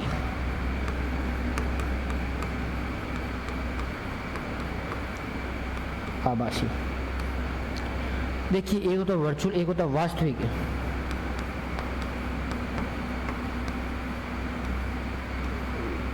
अब इसको कैसे समझे? जैसे मान लो आपके पास एक कांच है तो आप खड़े वो वास्तविक, लेकिन तो आपका जो पीछे जो बन रहा है, आप कांच के अंदर देख रहे हैं अपना चेहरा, वो क्या है? आभासी है। वो चेहरा क्या आपका? आभासी है, वो वर्चुअल है। तो ठीक इसी प्रकार इसमें क्या है, चीज़ इसी प्रकार स्टोर हो सकते हैं। तो आप वर्चुअल और आभासी में कन्फ्यूजन नहीं होना चाहिए। वर्चुअल का मतलब आप खुद साक्षात खड़े हैं तो वास्तविक हो गया, और आप उसको पीछे देख रहे हैं, वो चीज़ आपकी क्या है? आभासी है। तो क्या है आपके लिए? आभासी हो जाएगी। चलिए इसके बाद होता है MICR। MICR क्या है? एक तो सबसे पहले इसकी फुल फॉर्म देखेंगे। बार बार एग्जाम में पूछी जाती है, फुल फॉर्म को लेकर सवाल आता है। मैग्नेटिक इंक करेक्टर रिकॉग्नाइजेशन, क्या है? मैग्नेटिक इंक करेक्टर रिकॉग्नाइजेशन, ठीक है। इसके अलावा काम क्या करता है भाई? मैग्नेटिक इंक चुंबकीय स्याही द्वारा प्रिंटेड अक्षरों चिन्हों की पहचान करने के लिए MICR का प्रयोग किया जाता है। और कहाँ किया जाता है भाई? या क्वेश्चन इस प्रकार से आता है कि बैंकों के अंदर चेकों का निरीक्षण करने के लिए किसका प्रयोग किया जाता है? किसका किया जाएगा रे? किसका करेंगे? MICR का करेंगे। ये रही जो मैंने लाइन बोली वो ये रही। MICR कोड बैंकों में चेकों को तीव्र गति से प्रोसेस किया जाता है और सभी बैंकों को चेक पर छपे MICR कोड जो चुंबकीय स्याही के होते हैं उन्हें स्कैन करके कंप्यूटर में इनपुट करने का कार्य MICR के द्वारा किया जाता है, ठीक है। चलिए अब हम बढ़ते हैं आगे। इसके बाद आता है OMR। क्या था? OMR optical mark reader. किसी भी कागज पर पेन पेंसिल गहरे निशानों को जांचने के लिए OMR प्रकाश का उपयोग करते हैं और स्कैन करते हैं। ये OMR तो आपने डेली जीवन में अपने काम में लिया होगा, आपने टेस्ट वगैरह भी दिया होगा, तो आपने गोले तो भरे ही होंगे, गोले तो आपने भरे ही होंगे। तो उसके अंदर क्या करता है? मशीन के अंदर OMR जाती है और उसके अंदर किरणें डाली जाती है। तो जहाँ जहाँ डार्क सर्किल होगा तो वो उस मशीन के अंदर डाटा इनपुट देके हाँ इसके अंदर ये है, फिर उस मशीन क्या करती है? उसको मिला लेते हैं हाँ कि ये सही है, ये गलत है, फिर कर देती है और बहुत ही काम फास्ट हो जाता है। वरना एक दो आदमी ABCD ABA ऐसे जाँच करे और इसके अंदर क्या एक बार डाला और सीधा स्कैन हुआ और आपका रिजल्ट तैयार हो जाता है। कहाँ काम होता है भाई इसका? परीक्षाओं में बहुविकल्पी वाले प्रश्नों को उत्तर प्रदर्शित करने के लिए। कहाँ तक? एग्जाम में 2 3 4 5 बहुविकल्पी प्रश्नों के उत्तर को प्रदर्शित करने में एक OMR का प्रयोग किया जाता है। किसका प्रयोग किया जाता है? OMR का प्रयोग किया जाता है। इसके बाद OCR optical character recognition reader. Printed हस्तलिखित अक्षरों को प्रकाश के माध्यम इसके अंदर प्रिंटेड और संपादित करने योग्य बनाता है। इसका मतलब क्या? अक्षरों को स्कैन करके कंप्यूटर में इनपुट किया जाता है। क्या कहते हैं? अक्षरों को स्कैन करके कंप्यूटर में। देखिए मेनली इसकी जरूरत कहाँ होती है? जैसे मान लो कोई बहुत सारा पुराना डॉक्यूमेंट है और वो क्या थोड़ा बहुत बिखर गया है, हम उसको वापस की जेरोक्स कराएंगे तो मतलब ज़्यादा अंक हम उसको देख नहीं पाएंगे और काफ़ी उसकी हालत डैमेज है। तो उसके लिए क्या है? OCR का प्रयोग है। OCR जैसे करेंगे तो वो उसको डाटा को सीधा क्या करेगा? स्कैन कर लेगा और उसकी क्या करेगा? सॉफ्ट कॉपी बना देगा। जैसे सॉफ्ट कॉपी बढ़ेंगी तो हम प्रिंटर के माध्यम से उस सॉफ्ट कॉपी को वापस हार्ड कॉपी के अंदर बना देंगे और एक नया डॉक्यूमेंट तैयार हो जाएगा। जैसे आपकी पुरानी बाइक वगैरह है तो वो क्या है काफ़ी टाइम से यूज़ में आ रही है तो वो घिस के वो क्या होगा? पुराने उसका डाटा क्या होगा? नष्ट होने लगा है। तो इसके लिए क्या किया जाएगा? OCR का प्रयोग किया जाएगा और OCR के अंदर उसको डाटा कंप्यूटर के अंदर क्या कर दिया जाएगा? फीड कर दिया जाएगा। इसके बाद होता है स्मार्ट कार्ड रीडर। आप राजस्थान रोडवेज में यात्रा कर रहे हैं या आप ई-मित्र पे गए और आपने कार्ड से पेमेंट कटाया या आपका डेबिट का क्रेडिट कार्ड से आपने कहीं पेमेंट किया, वो सारे के सारे कार्ड क्या है? स्मार्ट कार्ड रीडर है। और एक क्वेश्चन अभी एग्जाम में पूछा हुआ है कि आधार कार्ड स्मार्ट कार्ड है कि नहीं है? तो क्या है भाई? आधार कार्ड स्मार्ट कार्ड नहीं है। आधार कार्ड वो किसी भी प्रकार की स्मार्ट मशीन के अंदर न तो डाल रहे हैं न इसका काम ले रहे हैं। पैन कार्ड भी नहीं है, ड्राइविंग लाइसेंस भी नहीं है। ATM कार्ड स्मार्ट कार्ड है। क्या है? ATM कार्ड स्मार्ट कार्ड है। इसके माध्यम से बैंक कार्ड है जैसे डेबिट कार्ड क्रेडिट कार्ड को स्कैन किया जाता है। अकाउंट संबंधी कोड होते हैं उसमें स्कैन ऑनलाइन पेमेंट ट्रांसफर करने के लिए किया जाता है। हालांकि इसका सिर्फ ये उदाहरण इसकी आपके ATM का ही ले रखा है, बाकी मैंने 2-3 और भी बताए हैं। Smart card reader magnetic scribe reader का प्रयोग किया जाता है। यहाँ ये है ना, ये मैग्नेटिक स्क्राइब रीडर यहाँ लगा हुआ था, ये यहाँ पे लगा हुआ था जो सुपरमार्केट डिपार्टमेंटल स्टोर पर ऑनलाइन पेमेंट के लिए इसका उपयोग किया जाता है। ठीक है। इसके बाद होता है स्कैनर। ये भी क्या करता है? डाटा को स्कैन करता है और इम्प्रूव मतलब हार्ड कॉपी को सॉफ्ट कॉपी में बदलने का कार्य करता है। हार्ड कॉपी जो आपके हाथ में है उसको सॉफ्ट कॉपी में बदलने का कार्य किसके द्वारा किया जाता है? स्कैनर के द्वारा किया जाता है। सभी प्रिंटेड डेटा टेक्स्ट ग्राफिक्स को स्कैन करके डिजिटल रूप में बदलता है, स्कैनर कहलाता है। जैसे आपने कैम स्कैनर नाम सुना होगा, कैम स्कैनर। तो ये क्या करता है? आप जिससे फ़ोटो खींची उस फोटो को जैसे आप कैम स्कैनर ले जाएंगे तो उसको क्या करेगा? हार्ड कॉपी को क्या कर देगा? सॉफ्ट कॉपी के अंदर बदल देगा। तो ये इसके अंदर भी क्या है? इनपुट डिवाइस है, इसका उदाहरण है। अब इसके अंदर ये प्रकार, इसके अंदर एक तो फ्लैट बेड, इसके अंदर जो आपकी फोटोकॉपी मशीन है वो क्या है, उसके अंदर आप कागज़ को ऐसे पूरा फ्लैट की तरह जैसे आप सोते हो उस पर आप उसको लेटाते हैं, फिर वो डाटा को क्या करता है, स्कैन करता है। तो फोटोकॉपी मशीन किस प्रकार इसके अंदर है, फ्लैट बेड इसके अंदर होता है। इसके बाद आता है हैंड हेल्ड। आप फोटो से आपने फ़ोटो खींचा और उसको आपने क्या किया, डिजिटल कॉपी की, उसकी आपने सॉफ्ट कॉपी बनाई, वो आपकी क्या है, हैंड हेल्ड, मतलब हाथ से आपको चीज़ कर रहे हैं तो वो तो हैंड हेल्ड हो गई। और फ्लैट बेड उसको लेटा के आप उसका स्कैन करें तो वो क्या, हैंड हेल्ड। इसके बाद ड्रम या शीट फीड, इसके अंदर जो फैक्स मशीन है, क्या मतलब जब कागज़ काफ़ी बड़ा होता है तो उसके लिए क्या फैक्स मशीन का प्रयोग किया जाता है। तो उसके अंदर कौन सा, इसके अंदर ड्रम, एक मतलब ड्रम के ऊपर उसको कागज़ को लपेटा जाता है और फिर उसको क्या किया जाता है, उसका डिजिटाइजर से डिजिटली उसको स्कैन किया जाता है। तो इस प्रकार इसके अंदर 3 प्रकार के हो गए। कितने प्रकार हो गए, 3 प्रकार के। पहला कौन सा, फ्लैट बेड इसके अंदर, दूसरा कौन सा हो गया, हैंड हेल्ड इसके अंदर, तीसरा कौन सा हो गया, ड्रम शीट या फीड इसके अंदर, आपका तीसरा इसके अंदर हो गया। इसके बाद है आपकी बायोमेट्रिक सेंसर मशीन। कौन सी बायोमेट्रिक सेंसर मशीन, आप आधार कार्ड सेंटर पे गए, आपने अपनी अंगुलियों की जो छाप हैं वो आपने इसके इंद करी, उस कंप्यूटर में इंद करी, वो भी क्या है, बायोमेट्रिक सेंसर मशीन है। इसके अलावा जो स्टाफ वगैरह है, इनके आजकल ऑनलाइन हाजिरी लेने करने के लिए भी बायोमेट्रिक सेंसर मशीन का प्रयोग किया जाता है। इसके अलावा आप के जो राशन वाले गेहूँ हैं उसके अंदर भी आजकल क्या है, वो बायोमेट्रिक से सेंसर मशीन से ही क्या कर रहे हैं, आपको गेहूँ दे रहे हैं। तो वो सारी जगहों में किसका प्रयोग किया जाता है, इसका प्रयोग किया जाता है। किसी व्यक्ति की पहचान करने के लिए बायोमेट्रिक सेंसर मशीन का व्यक्ति के चेहरे, आंखों, आवाज़, अंगूठे का स्कैन करती है, और शरीर के अंगों को स्कैन करने के लिए बायोमेट्रिक स्कैनर मशीन का प्रयोग किया जाता है। मैंने आपको 3 उदाहरण बताए कि कहाँ कहाँ हम इसका प्रयोग कर रहे हैं, और ये काम क्या करती है, अंगूठे का, आंखों का, इन सारी चीज़ों को स्कैन करती है। इसके बाद माइक्रोफोन। माइक्रोफोन क्या है, जो कंप्यूटर के अंदर जो ध्वनि है उसको इनपुट करने के लिए किया जाता है। जैसे मान लो मैं अभी बोल रहा हूँ तो मेरे पास में क्या है, मेरे पास माइक्रोफोन है, ये रहा, मेरे पास माइक्रोफोन लगा हुआ है। तो जो मेरी आवाज़ है वो कंप्यूटर के अंदर किस प्रकार से इनपुट हो रही है, तो उसके लिए क्या, किसका प्रयोग किया जाता है, माइक्रोफोन का प्रयोग किया जाता है। तो माइक्रोफोन के, अब मैं जैसे मैं बोल रहा हूँ तो मैं बोल रहा हूँ तो मेरी ध्वनि कौन सी है, मेरा एनालॉग डाटा है। कौन सा, एनालॉग डाटा है। और एनालॉग डाटा को माइक्रोफोन क्या करता है, इसको डिजिटल फॉर्म में बदलता है, क्योंकि कंप्यूटर एनालॉग को समझता नहीं है, कंप्यूटर एनालॉग को समझता नहीं है। तो इसके लिए क्या करता है, डिजिटल एनालॉग को डिजिटल डाटा में बदल के इसको क्या है, कंप्यूटर में फीड करता है, और फिर वो डिजिटल डाटा आप तक पहुंचता है। लेकिन फिर आपने वापस क्या कर रखा है, आपने माइक्रोफोन वापस लगा रखा है, वो जो मेरा जो डिजिटल डाटा है उसको वापस वो क्या कर रहा है, ध्वनि फॉर्म में बदल रहा है या एनालॉग फॉर्म में बदल रहा है। अगर जैसे मान लो कोई कह रहा है कि सर मैंने ईयरफोन लगा ही नहीं रखा, मैं तो ओपन स्पीकर सुन रहा हूँ, तो आपके फ़ोन के अंदर लग रखा है भाई, वो क्या लग रहा है, आपके फ़ोन के अंदर ही लग रखा है।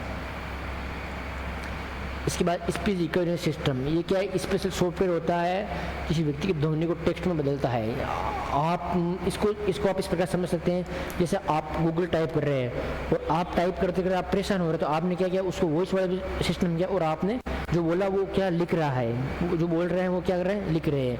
तो इसके लिए क्या, वो कौन सा है, स्पीच रिकॉग्निशन सिस्टम है। कौन सा, स्पीच रिकॉग्निशन सिस्टम है। जो इसका अमेज़न वगैरह का हाई श्री, जैसे आप हाई श्री बोलेंगे, जो गूगल का है, जो हाई श्री बोलेंगे तो वो क्या है, वो आपको रेस्पॉन्स देगा। तो वो क्या, आपकी आवाज़ की पहचानी उसने, और फिर उसने डाटा इनपुट किया और वापस आउटपुट के तौर पर भी वो आपको दे रहा है कि हाँ आप नेक्स्ट में मेरे से क्या चाहते हैं इसके लिए।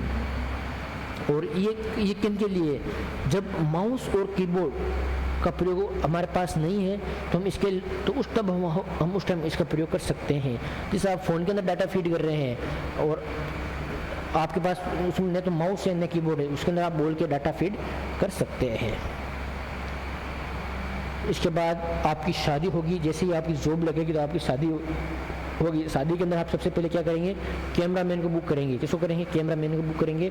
तो वो कैमरामैन क्या करेगा, आपकी जो भौतिक फ़ोटो हैं उसको आपको क्या करेगा, डिजिटल फ़ोटो में कन्वर्ट करेगा। क्या करेगा, आपको जो भौतिक फ़ोटो है उसको आप क्या करेगा, डिजिटल रूप में बदल कर पिक्चर और वीडियो बनाता है। कौन बनाता है, डिजिटल कैमरा बनाता है। कौन बनाता है, डिजिटल कैमरा।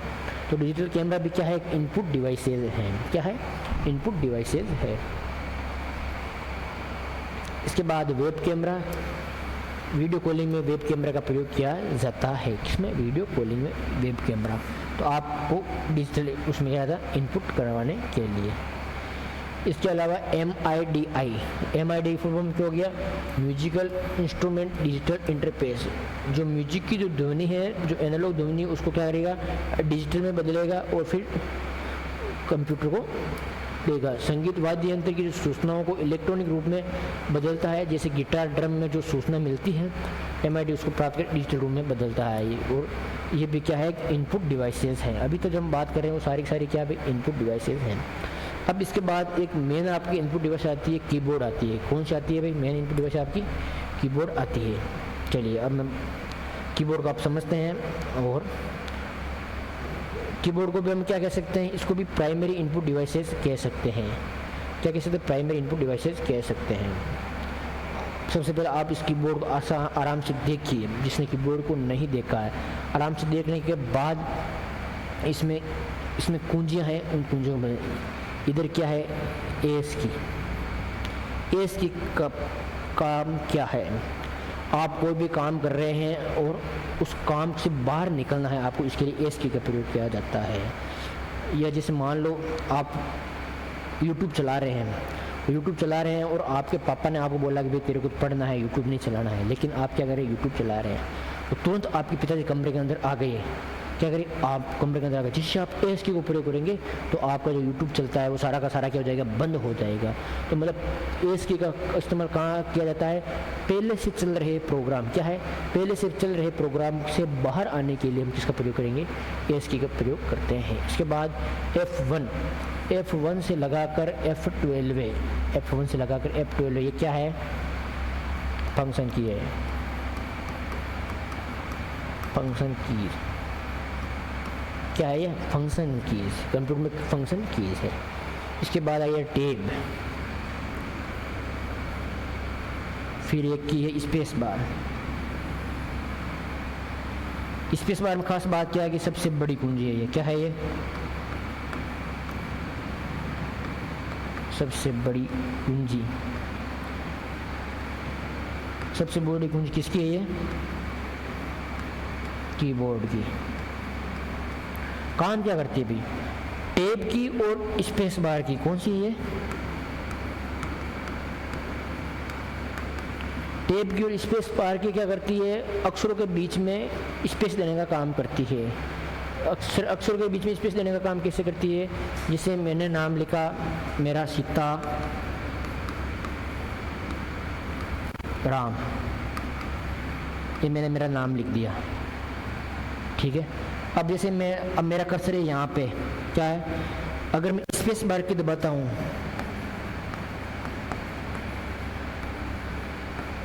स्पेस बार की दबा तो मेरा क्या हो जाएगा, SITA, सीता, थोड़ा सा स्पेस लगेगा, और R, मतलब ये थोड़ा सा आपको दिखाने के लिए मैंने थोड़ा ज़्यादा लगाया, बाकी ये थोड़ा स्पेस कम दिखेगा, ठीक है। ये तो स्पेस बार की। अगर मान लो यहाँ मैं टैब की दबाऊँ, यहाँ मैं क्या दबा दिया मैंने, टैब की दबा दिया, तो ये क्या करेगा, ये ज़्यादा स्पेस देने का काम करता है। क्या करेगा, ये ज़्यादा स्पेस देने का काम। स्पेस बार मतलब 0.5 का स्पेस देने का काम करता है, और ये टैब की 1.5 का स्पेस देने का काम करता है। तो ये इसमें खास जानकारी होगी। इसके अलावा टैब की का एक और भी इस्तेमाल है, जब आप इसके अंदर वर्ड के अंदर कोई शीट बना रहे हैं, सॉरी एक्सेल के अंदर, आपने देखा होगा कि एक्सेल के अंदर आप वो टेबल बना रहे हैं,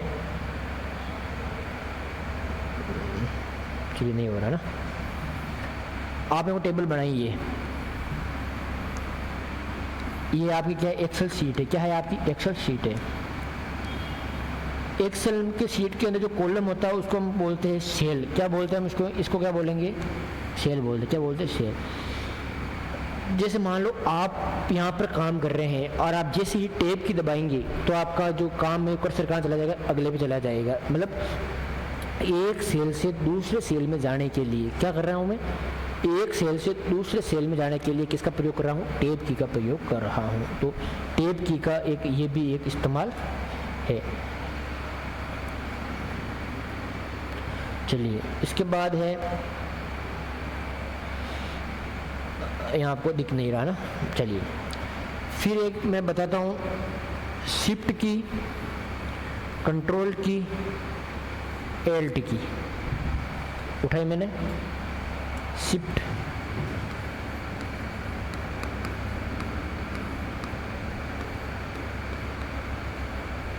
कंट्रोल,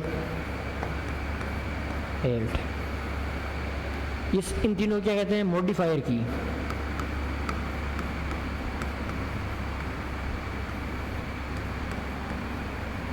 सर मॉडिफायर की क्यों बोलते हैं? मॉडिफायर की बोलने का कारण है कि कीबोर्ड में ये अकेले इनका कोई काम नहीं है। क्या नहीं है? अकेले शिफ्ट दबाओगे कोई रिएक्शन नहीं होगा, कंट्रोल दबाओगे कोई रिएक्शन नहीं होगा, एल्ट दबाओगे कोई रिएक्शन नहीं होगा।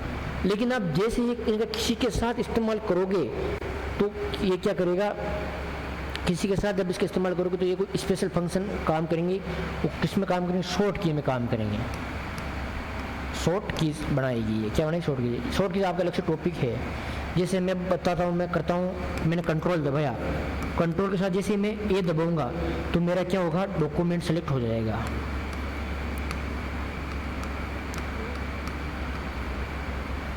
ऐसे मेरे को डॉक्यूमेंट में काम कर रहा हूँ, डॉक्यूमेंट मेरे को सेलेक्ट करना है, तो एक तो तरीका क्या है कि मैं उसको माउस से उसको ऐसे सेलेक्ट करूँ। दूसरा क्या तरीका है, मैं इसे कंट्रोल के साथ जैसे मैं ए दबाऊंगा तो मेरा सारा का सारा डॉक्यूमेंट सेलेक्ट हो जाएगा। कंट्रोल के साथ अगर मैं एस दबाऊंगा तो मेरा वो डॉक्यूमेंट क्या हो जाएगा? सेव का ऑप्शन आएगा। किसका आएगा? सेव का ऑप्शन आएगा। कंट्रोल के साथ जैसे मैं बी दबाऊंगा तो मेरा वो डॉक्यूमेंट क्या हो जाएगा? बोल्ड हो जाएगा। क्या हो जाएगा? बोल्ड। बोल्ड हो थोड़ा जैसे गहरा हो जाएगा ये। इस प्रकार मतलब इनका अकेले काम नहीं है, बाकी कीबोर्ड अन्य की के साथ जुड़कर ये स्पेशल ऑपरेशन को परफॉर्म करती है, मतलब स्पेशल काम करती है। अगर मैं एल्ट की बात करूं तो जैसे एल्ट है ये, एल्ट के साथ आप जैसे F4 दबाएंगे, एल्ट के साथ F4 दबाएंगे तो आपका कंप्यूटर क्या हो जाएगा? शट डाउन की स्थिति में चला जाएगा, आपको शट डाउन का पूछ लेगा। तो इस प्रकार इनको क्या बोलते हैं? मॉडिफायर कीज बोलते हैं। क्वेश्चन पूछा जा सकता है कि मॉडिफायर की कौन सी है? कौन सी है?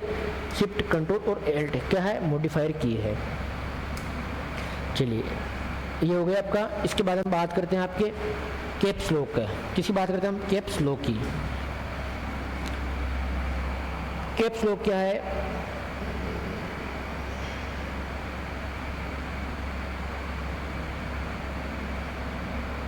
चलिए उठाता हूं मैं कैप्स लॉक को। जैसे आप वर्ड के अंदर काम कर रहे हैं और आप लिख रहे क्या? आप लिख रहे अल्फाबेट ए बी सी और डी, इस प्रकार लिख रहे हैं। लेकिन आप जैसे ही कैप्स लॉक को ऑन करेंगे, क्या करेंगे? कैप्स लॉक, अगर आप जैसे कैप्स लॉक को ऑन करेंगे तो ये जो अल्फाबेट है वो क्या हो जाएगा? बड़ा हो जाएगा। ए बी सी डी, मतलब इनको क्या करेंगे? छोटे अक्षर को बड़ा कर देगा, ठीक है, और बड़े को छोटा कर देगा। और सेम का सेम अगर जैसे आप शिफ्ट के साथ ए दबाएंगे, SHIFT, शिफ्ट के साथ आप जैसे ही ए दबाएंगे तो ये क्या करेगा? उस ए को बड़ा लिखेगा। क्या करेगा? ये ए को बड़ा लिखेगा। तो कैप्स लॉक क्या करता है? मतलब अक्षरों को बड़ा करने का काम करता है। अगर कोई छोटा है तो उसको बड़ा कर देगा। अब जैसे शिफ्ट के साथ अगर कैप्स लॉक ऑन है और आप शिफ्ट के साथ ए दबा रहे हैं तो ये इसको क्या कर देगा? इसको छोटा लिख देगा। क्या कर देगा? इसको छोटा लिख देगा। चलिए ये आप हो गए, कैप्स लॉक हो गया। इसके बाद ये आपकी हो गई अल्फाबेट की। कौन सी हो गई है? अल्फाबेट की हो गई। इन सारों को मिला लो, इस लाइन को और इन सब को मिला लो तो ये होगी अल्फा न्यूमेरिकल की। क्या होगी? अल्फा न्यूमेरिकल की। इसके बाद एक की आती है आपकी एंटर की। कौन सी आती है आपकी? चलिए मैं यहाँ लिख देता हूँ। इसके बाद आपकी आती है एंटर की। इसका क्या काम है? कंप्यूटर में डाटा इनपुट या एंटर करने के लिए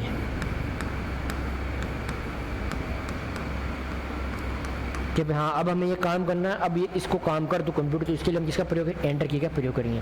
इसके अलावा एंटर की का प्रयोग क्या करें? जैसे आप MS वर्ड के अंदर काम कर रहे हैं, इसके अंदर काम कर, वर्ड के अंदर काम कर रहे हैं और आप यहाँ पर काम कर रहे हैं, आप जैसे आप एंटर दबाएंगे तो आपका जो ये कर्सर ये कहाँ आ जाएगा? ये अगली लाइन में चला जाएगा।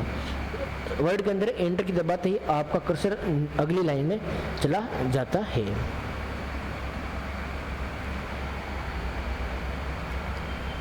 ठीक है, अब शिफ्ट की बात करी थी, एल्ट की मैंने बात कर ही ली थी, कंट्रोल की भी हमने बात कर ही ली है।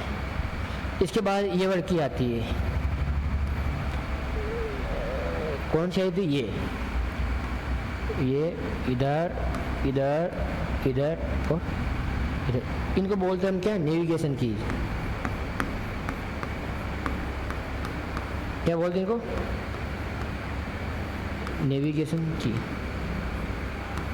मतलब कर्सर को ऊपर ले जाना, नीचे ले जाना, दाएं ले जाना या बाएं ले जाना।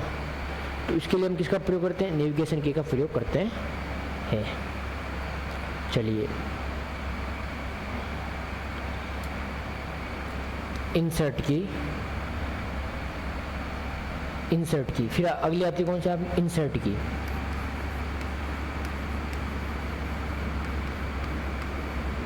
इंसर्ट की, इसका प्रयोग क्या है? कंप्यूटर में कोई ऑब्जेक्ट, कैसे ऑब्जेक्ट समझ नहीं आया? कोई चित्र डालनी है या कोई फाइल डालनी है, वो सारे वो इंसर्ट करने के लिए, वो क्या करने के लिए? इंसर्ट या डालने के लिए, डालने के लिए। अगर जैसे मैं यहाँ की बात करूँ तो जैसे यहाँ ये मेन्यू है, तो अगर मैं इंपोर्ट करूँगा, जैसे यहाँ चलो मैंने इंपोर्ट किया तो इमेज, PDF, सेव, IWB, ये सारे के सारे यहाँ ऑप्शन आ रहे। तो अब जैसे इसको क्लिक करूँगा तो ये क्या करेंगे? ये इसमें इसको इंसर्ट करेगा, इसमें डालेगा, ये बाहर की फाइलों को अंदर डालने का काम करेगी इंसर्ट की। ठीक है, इसके बाद दो की ये वाली पेज अप और पेज डाउन।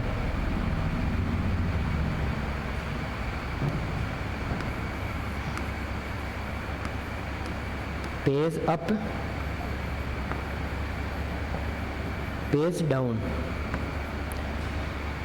आप वर्ड के अंदर काम कर रहे हैं, जैसे मान लो ये आपकी वर्ड वाली फाइल है ये, ठीक है, ये फाइल है, ये एक पेज यहाँ तक आ गया, एक पेज यहाँ तक आ गया, ये यहाँ तक पेज है, ठीक है। आपका कर्सर यहाँ है। आप जैसे ही पेज अप करोगे तो आपका कर्सर जैसे अगले पेज पे चला जाएगा। कहाँ चला जाएगा? ये पेज अप पे है। पेज डाउन करोगे तो ये क्या, जैसे ये वाला कर्सर पेज डाउन करोगे तो यहाँ आ जाएगा, या ये वाला है तो ये पेज डाउन पे यहाँ पे आ जाएगा। ठीक है, ये तो हो गया पेज अप और पेज डाउन, मतलब पेज ऊपर चले जाने के लिए, पेज पे नीचे आ जाने के लिए। इसके अलावा इसको आप कंट्रोल के साथ दबाओगे ना, जैसे कंट्रोल प्लस पेज अप दबाओगे, कंट्रोल प्लस पेज अप, जैसे आप कंट्रोल प्लस पेज अप दोगे तो आपके अंदर जो जितने सारे पेज है, तो जो मेन पहला पेज है उसके ऊपर आपका कर्सर चला जाएगा। जैसे मान लो मैं बात करूँ, जैसे आप यहाँ पर आप इस पेज पर आप काम कर रहे हैं, आपने कंट्रोल प्लस पेज अप दबाया तो जैसे ये कहाँ चलेगा? आपका पहला पेज ये है तो यहाँ पे चला जाएगा। ठीक है, पेज डाउन, पेज डाउन की बात करूँ तो कंट्रोल प्लस पेज डाउन क्या हो गया? आप जैसे यहाँ पर काम करें, जैसे आप कंट्रोल प्लस पेज डाउन दबाओगे तो आपका कर्सर यहाँ नीचे आ जाएगा। कहाँ आ जाएगा? नीचे आ जाएगा।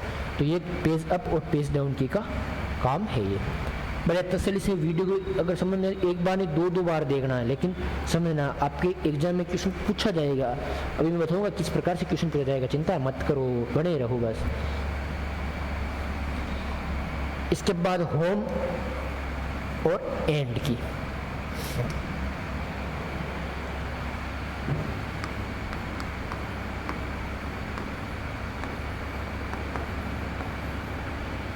अगर होम की सेम पेज अप और पेज डाउन की तरह आप पेज के अंदर काम कर रहे हैं, आप यहाँ पर काम कर रहे हैं, होम की दबाएंगे तो इसके आप यहाँ पे चले जाएंगे, एंड पे दबाएंगे तो एंड पे चले जाएंगे, यहाँ से यहाँ चले जाएंगे। सेम इसको आप कंट्रोल के साथ दबाओगे, कंट्रोल के साथ दबाओगे तो कंट्रोल प्लस होम दबाओगे तो पेज की शुरुआत में चले जाएंगे, फर्स्ट पेज की शुरुआत में चले जाएंगे कंट्रोल प्लस होम से, और एंड से चले जाओगे तो पेज के लास्ट में जो अंतिम पेज है उसके लास्ट में कंट्रोल प्लस एंड से आप चले जाओगे। ठीक है, कंट्रोल प्लस एंड से आप उसके पेज के लास्ट पेज पर चले जाओगे। चलिए, ये हो गया डिलीट। अब एक दो की है, एक ये वाली की है, इसको थोड़ा सा छोटा बना, हाँ ये और डिलीट। अब मैं इसके ऊपर डिटेल से बात करता हूँ। एक आपके कीबोर्ड में ऐसी की है, ऐसे चिन्ह बना के ऐसे बना रखी है इन्होंने, तो एक इन्होंने बना रखी है डिलीट।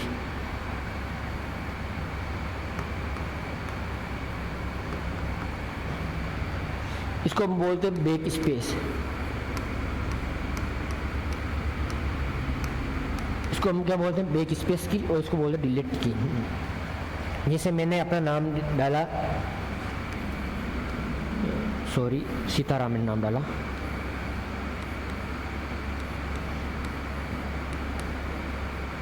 SITARAM, अपना कर्सर है यहाँ पे, ठीक है। तो अगर मैं जैसे मैं बैक स्पेस दबाऊंगा तो बैक स्पेस का आपका आउटपुट क्या जाएगा, SIT राम। क्या होगा मेरा, ये आपका ए मिट जाएगा, इसमें जो ए है वो क्या हो जाएगा, फॉल आउट हो, मतलब ए हटेगा। अब जैसे आप डिलीट दबाएंगे, डिलीट दबाएंगे तो क्या होगा, अब मैं यहाँ से गुजार रहा हूँ इसको, अब क्या है डिलीट दबा रहा हूँ, तो डिलीट दबाते हैं तो SITAAM हो जाएगा। मतलब कर्सर के बाएं तरफ के अक्षरों को हटाने के लिए, कर्सर के बाएं तरफ के अक्षर मिटाने के लिए।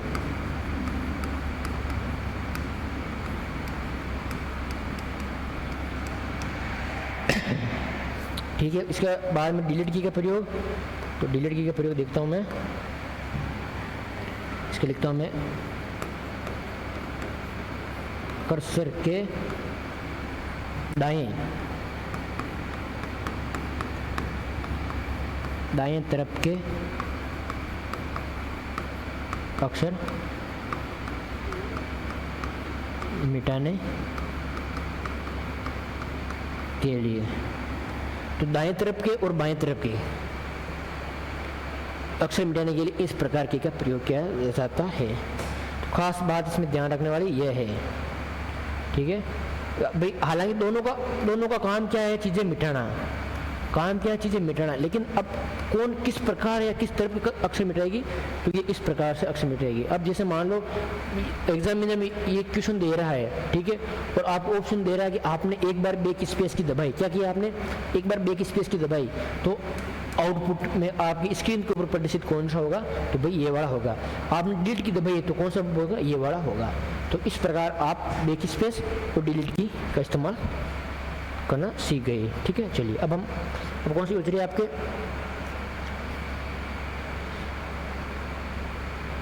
ये है फिर प्रिंट स्क्रीन। इसको मैं ये बता, प्रिंट स्क्रीन का इस्तेमाल किया जाता है स्क्रीनशॉट लेने के लिए, स्क्रीनशॉट के लिए। आप जो आपके सामने स्क्रीन, आप स्क्रीनशॉट लेना चाहते हो तो उसके लिए आप क्या करना पड़ेगा, प्रिंट स्क्रीन दबाना पड़ेगा। जैसे आप मोबाइल में है तो मोबाइल में अगर आप वीवो का फ़ोन है, आप क्या करेंगे, जिस 3 अंगुली है उसको आप जैसे ऐसे दबाएंगे तो आपकी स्क्रीन पे क्या हो जाएगा, स्क्रीनशॉट ले जाएगा। जो उसके अलावा जो पुराने फ़ोन है उसके अंदर वॉइस वाला बटन और अनलॉक बटन दोनों को एक साथ दबाते हैं तो क्या होता है, स्क्रीनशॉट लिया जाता है। सेम उसी प्रकार कंप्यूटर में भी क्या है, स्क्रीनशॉट लेने के लिए प्रिंट स्क्रीन की का प्रयोग किया जाता है, और विंडोज़ के साथ प्रिंट स्क्रीन की का प्रयोग अक्सर किया जाता है स्क्रीनशॉट लेने के लिए। नहीं, अगर इसकी शॉर्टकट की बात करूँ तो ये होगी आपकी विंडो प्लस शिफ्ट के साथ एस, विंडो शिफ्ट और एस जैसे दबाएंगे तो भी आप इसका क्या है, स्क्रीनशॉट ले सकते हैं। इसकी क्या है, शॉर्टकट की है, ठीक है। शॉर्टकट की हम अलग से आराम से डिटेल से डिस्कस करेंगे। इसके बाद स्क्रॉल लॉक और पेज ब्रेक। अब आपका अगला है स्क्रॉल लॉक।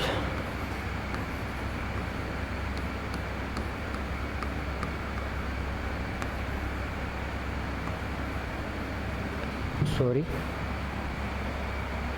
स्क्रॉल लॉक और पोज ब्रेक है ना, पोज ब्रेक है, ये पेज नहीं है ये।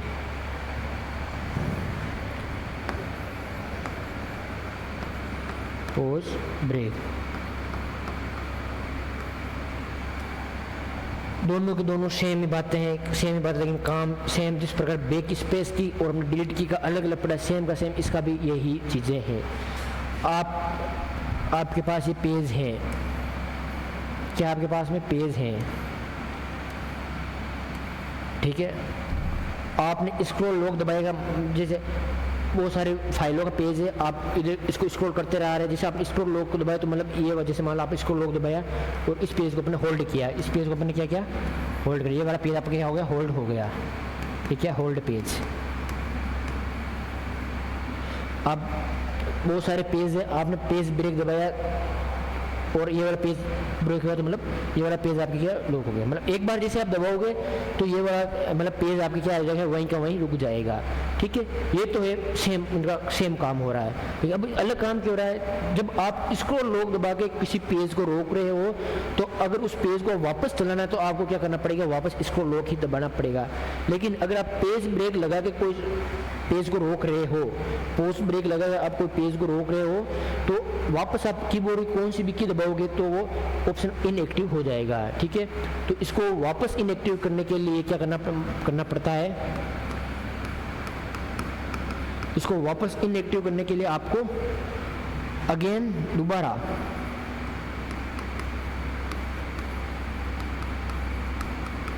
दोबारा आपको इसको लॉक प्रेस करना पड़ेगा, ठीक है। लेकिन अगर आप पेज ब्रेक को इसको आप इनएक्टिव करना चाहते हो, इसको आप इनएक्टिव करने के लिए आपको क्या करना पड़ेगा,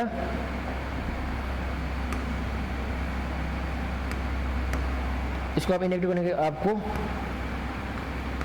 कीबोर्ड की कोई सी भी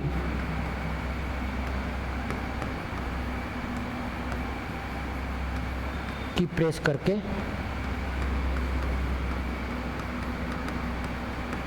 इनएक्टिव कर सकते हैं।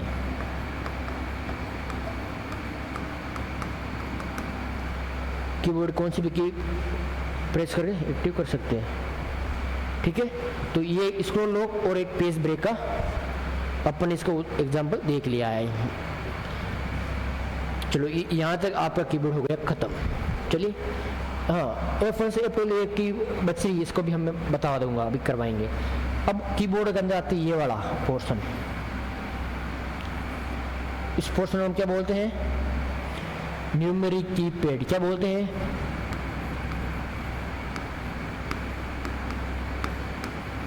Numeric keypad. इसके अंदर टोटल कितने बटन होते हैं, ध्यान रखने वाली बात, अपन क्या पढ़ रहे हैं, न्यूमेरिक कीपैड। न्यूमेरिक कितने होते हैं, 9 और 0 10, लेकिन नहीं, कीबोर्ड के अंदर जो न्यूमेरिक पैड होता है उसके अंदर 17 बटन होते हैं। कितने बटन होते हैं, 17 बटन होते हैं। जिसको डाउट है वो गिन सकता है, बता देता हूँ, 1 2 3 4 5 6 7 8 9 10 11 12 13 14 15 16 और 17। कितने हो गए, इसके अंदर 17 पेज होते हैं। चलिए, जैसे ही आप नम लॉक को ऑन करोगे, इसके अंदर एक की होल नम लॉक ऑन करोगे, न्यूमेरिक कीपैड में 17 की होती है। इसके अंदर वाली एक की है आपकी कौन सी, नम लॉक। नम लॉक इसके 2 है, ऑन और ऑफ। अगर ये ऑन रहेगा तो क्या क्या क्या टाइप होगा, नंबर। तो क्या होगा, नंबर टाइप होगा। अगर ये ऑफ रहेगा तो क्या होगा, जो इसके बाकी ऑपरेशन है जैसे and, page, up, down, home, delete, insert, तो ये सारी चीज़ें होगी। ऑफ रहेगा तो ये आ गई, और जैसे ऑन रहेगा तो अपन क्या करेंगे, इसमें नंबर फीड करेंगे और ये ऑपरेशन फीड होंगे। चलिए, अब इसके बाद आता है आपकी फंक्शन की जाती है। अब कौन सी की आ रही है, फंक्शन की। फंक्शन की कितनी है आपकी, टोटल 12 है। कितनी है, टोटल 12। काम क्या है सर इनका, काम क्या है, तो इस काम को हम देखते हैं। चलिए अब आपकी अगली की कौन सी है, फंक्शन की। FUNCTION फंक्शन, फंक्शन कीज कितनी है, 12 है। कौन कौन सी है sir, F1, F2, F3, F4, F5,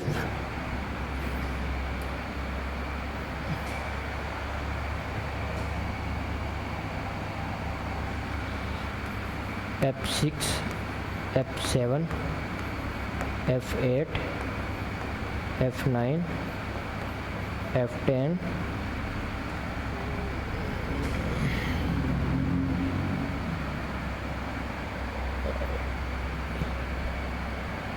F10,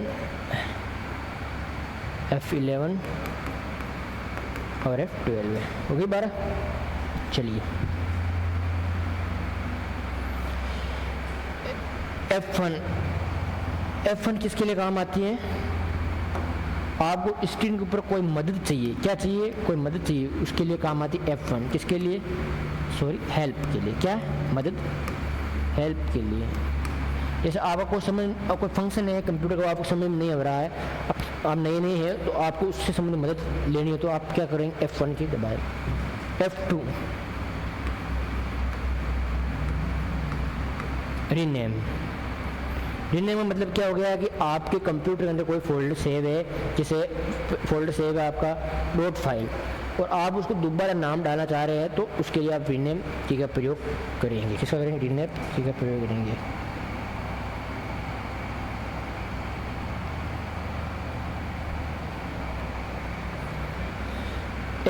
F3 का इस्तेमाल किस में किया जाता है कि जैसे मान लो आप वर्तमान में किसी के प्रोग्राम के अंदर काम कर रहे हैं और उसके अंदर आप कोई नई चीज़ लॉन्च करना चाह रहे हैं, तो इसके लिए आप F3 का यूज करेंगे। F4 सिंगल काम में नहीं, लेकिन Alt के साथ अगर आप F4 दबाएंगे तो कंप्यूटर क्या करेगा, बूट होने लग जाएगा।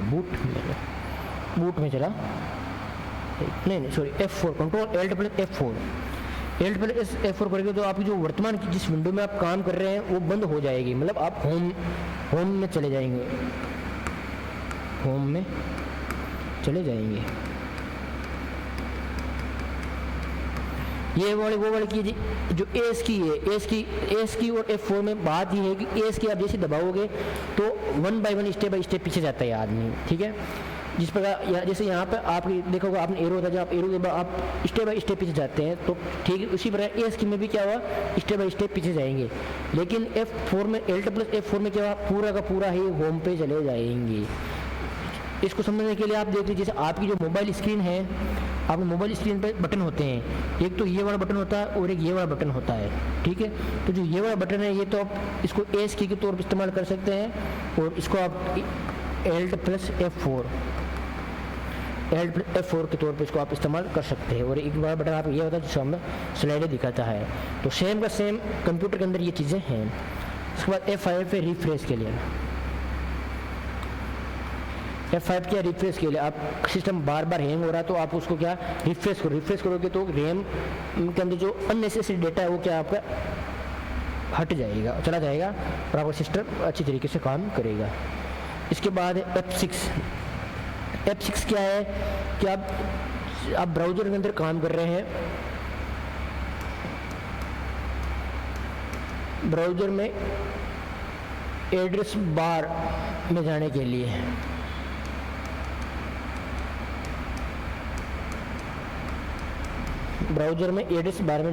लिए इसका प्रयोग किया जाता है, मतलब इंटरनेट एक्सप्लोरर में, ठीक है। F7 में क्या है, spelling and grammar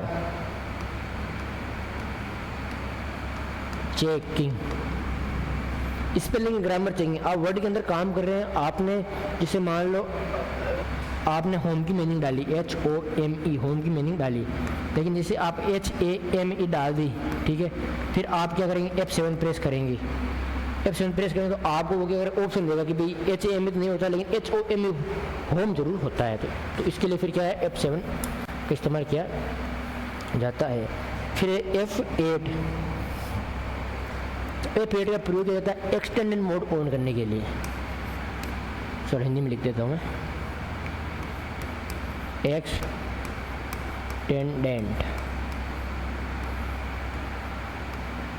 mode on करने,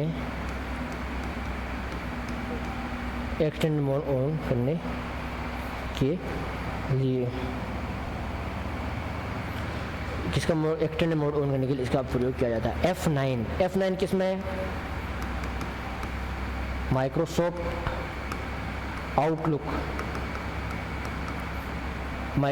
आउटलुक में क्या करने के लिए? ईमेल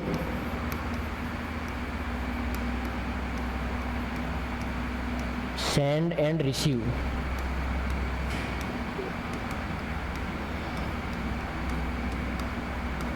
माइक्रोसॉफ्ट आउटलुक में ईमेल को सेंड और रिसीव करने के लिए इसका प्रयोग किया जाता है। इसके बाद F10 का मतलब मेन्यू बार एक्टिव करने के लिए, मेन्यू बार एक्टिव करने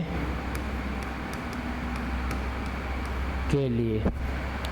F11 का इस्तेमाल किसमें किया जाता है? आपका फुल स्क्रीन, जैसे आप स्क्रीन छोटी आ रही है, आप जैसे आप F11 करेंगे तो आप पूरी स्क्रीन बड़ी हो जाएगी। F12 है, कंट्रोल प्लस F12 का इस्तेमाल किया जाता है। किसके लिए किया जाता है? सेव एज का मतलब क्या है? जैसे मान लो कोई फाइल है आपने सेव की है, ठीक है, अब आप उसको दोबारा सेव करना चाहते हैं, सेम ही नाम से दोबारा सेव करने के लिए मतलब उसके जैसे ही सेव होनी चाहिए भाई ये, तो इसके लिए इसका प्रयोग किया जाता है, सेव एज का प्रयोग किया जाता है। तो ये रहा आपका की फंक्शन की कितनी 12 होती है और किसका क्या इस्तेमाल है ये अपन ने इसमें देखा है। ये आपका कीबोर्ड है और कीबोर्ड सारी अपने की डिटेल से जानकारी की, और ये आपकी है विंडोज़ की, कौन सी है? विंडो की। तो अगर क्वेश्चन इस प्रकार आता है कि भाई कीबोर्ड में टोटल कितने की होती है, तो फिक्स तो है नहीं। एक कीबोर्ड यूएस स्टैंडर्ड होता है, यूएस स्टैंडर्ड अलग कीबोर्ड है, अमेरिकन स्टैंडर्ड अलग कीबोर्ड है। तो इसी प्रकार तो 100 अभी कीबोर्ड आ रहे हैं उसमें 104 से लगाकर 108 तक की आती है। कहाँ से? 104 से लगाकर 108 तक की आती है। चलिए अब इसके अंदर ये हमने पढ़ लिया, स्पेशल की, नंबर की, कर्सर, फंक्शन की और कॉम्बिनेशन की मतलब संयोजन की, जो कि शिफ्ट एल्ट और कंट्रोल हो गई। और मॉडिफायर की भी कह सकते हो। संयोजन की दूसरा नाम क्या है? मॉडिफायर भी की, फिर होगी एरो की या नेविगेशन की, फिर toggle key, caps lock, num lock और स्क्रॉल लॉक। इनका मतलब caps lock, num lock, scroll lock का क्या है? खुद का तो कोई काम है नहीं, लेकिन टांग अड़ा है। जिस प्रकार अपने घर में बुजुर्ग होते हैं, घर में कौन होते हैं? बुजुर्ग होते हैं, खुद काम करते हैं लेकिन क्या करते हैं? गोचा करते हैं, टांग अड़ाते हैं। सेम कीबोर्ड में इसी प्रकार खुद का काम नहीं है लेकिन काम हेल्प जरूर कर रहा है, लेकिन वो गोचा करते हैं, लेकिन वो एक्सपीरियंस है ना, वो मायने रखता है। तो सेम भी प्रकार खुद काम करते नहीं है लेकिन ये हेल्प बहुत ज़्यादा करवाते हैं। चलिए इसके अलावा एक खास बात, ये किसके सिद्धांत पर कर रहा है? करेक्टर टाइप राइटर के सिद्धांत पर कार्य करता है। कीबोर्ड किसके सिद्धांत पर कार्य करता है? इसका जो सिद्धांत है टाइप राइटर के सिद्धांत पर कार्य करता है। टाइप राइटर के सिद्धांत पर कीबोर्ड क्या करता है? कार्य करता है। तो चलिए साथियों, अब हमने आज की क्लास में क्या पढ़ा था? सबसे पहले कंट्रोल यूनिट पढ़ा था, कंट्रोल यूनिट में सीपीयू पढ़ा था। क्या पढ़ा था हमने? सीपीयू को हमने 3 भाग किए थे। कितने भाग किए थे हमने? सीपीयू के 3 भाग किए थे, ALU अर्थमेटिक लॉजिक यूनिट, फिर आपका आ गया कंट्रोल यूनिट और फिर आपका आ गया रजिस्टर, फिर आपका क्या आ गया? रजिस्टर। ये हमने सीपीयू के 3 भाग पढ़े थे। फिर इसके बाद फिर हमने पढ़ी थी दूसरी इकाई अपनी, कौन सी? Input unit. कौन सी पढ़ी थी? Input unit. और कंप्यूटर की जितनी भी इनपुट यूनिट है वो सारी की सारी हमने आज डिस्कस किए। तो अब हमारा जो नेक्स्ट क्लास रहेगी वो अपने आउटपुट यूनिट को लेकर रहेगी। ओके, धन्यवाद। जय हिंद, जय भारत।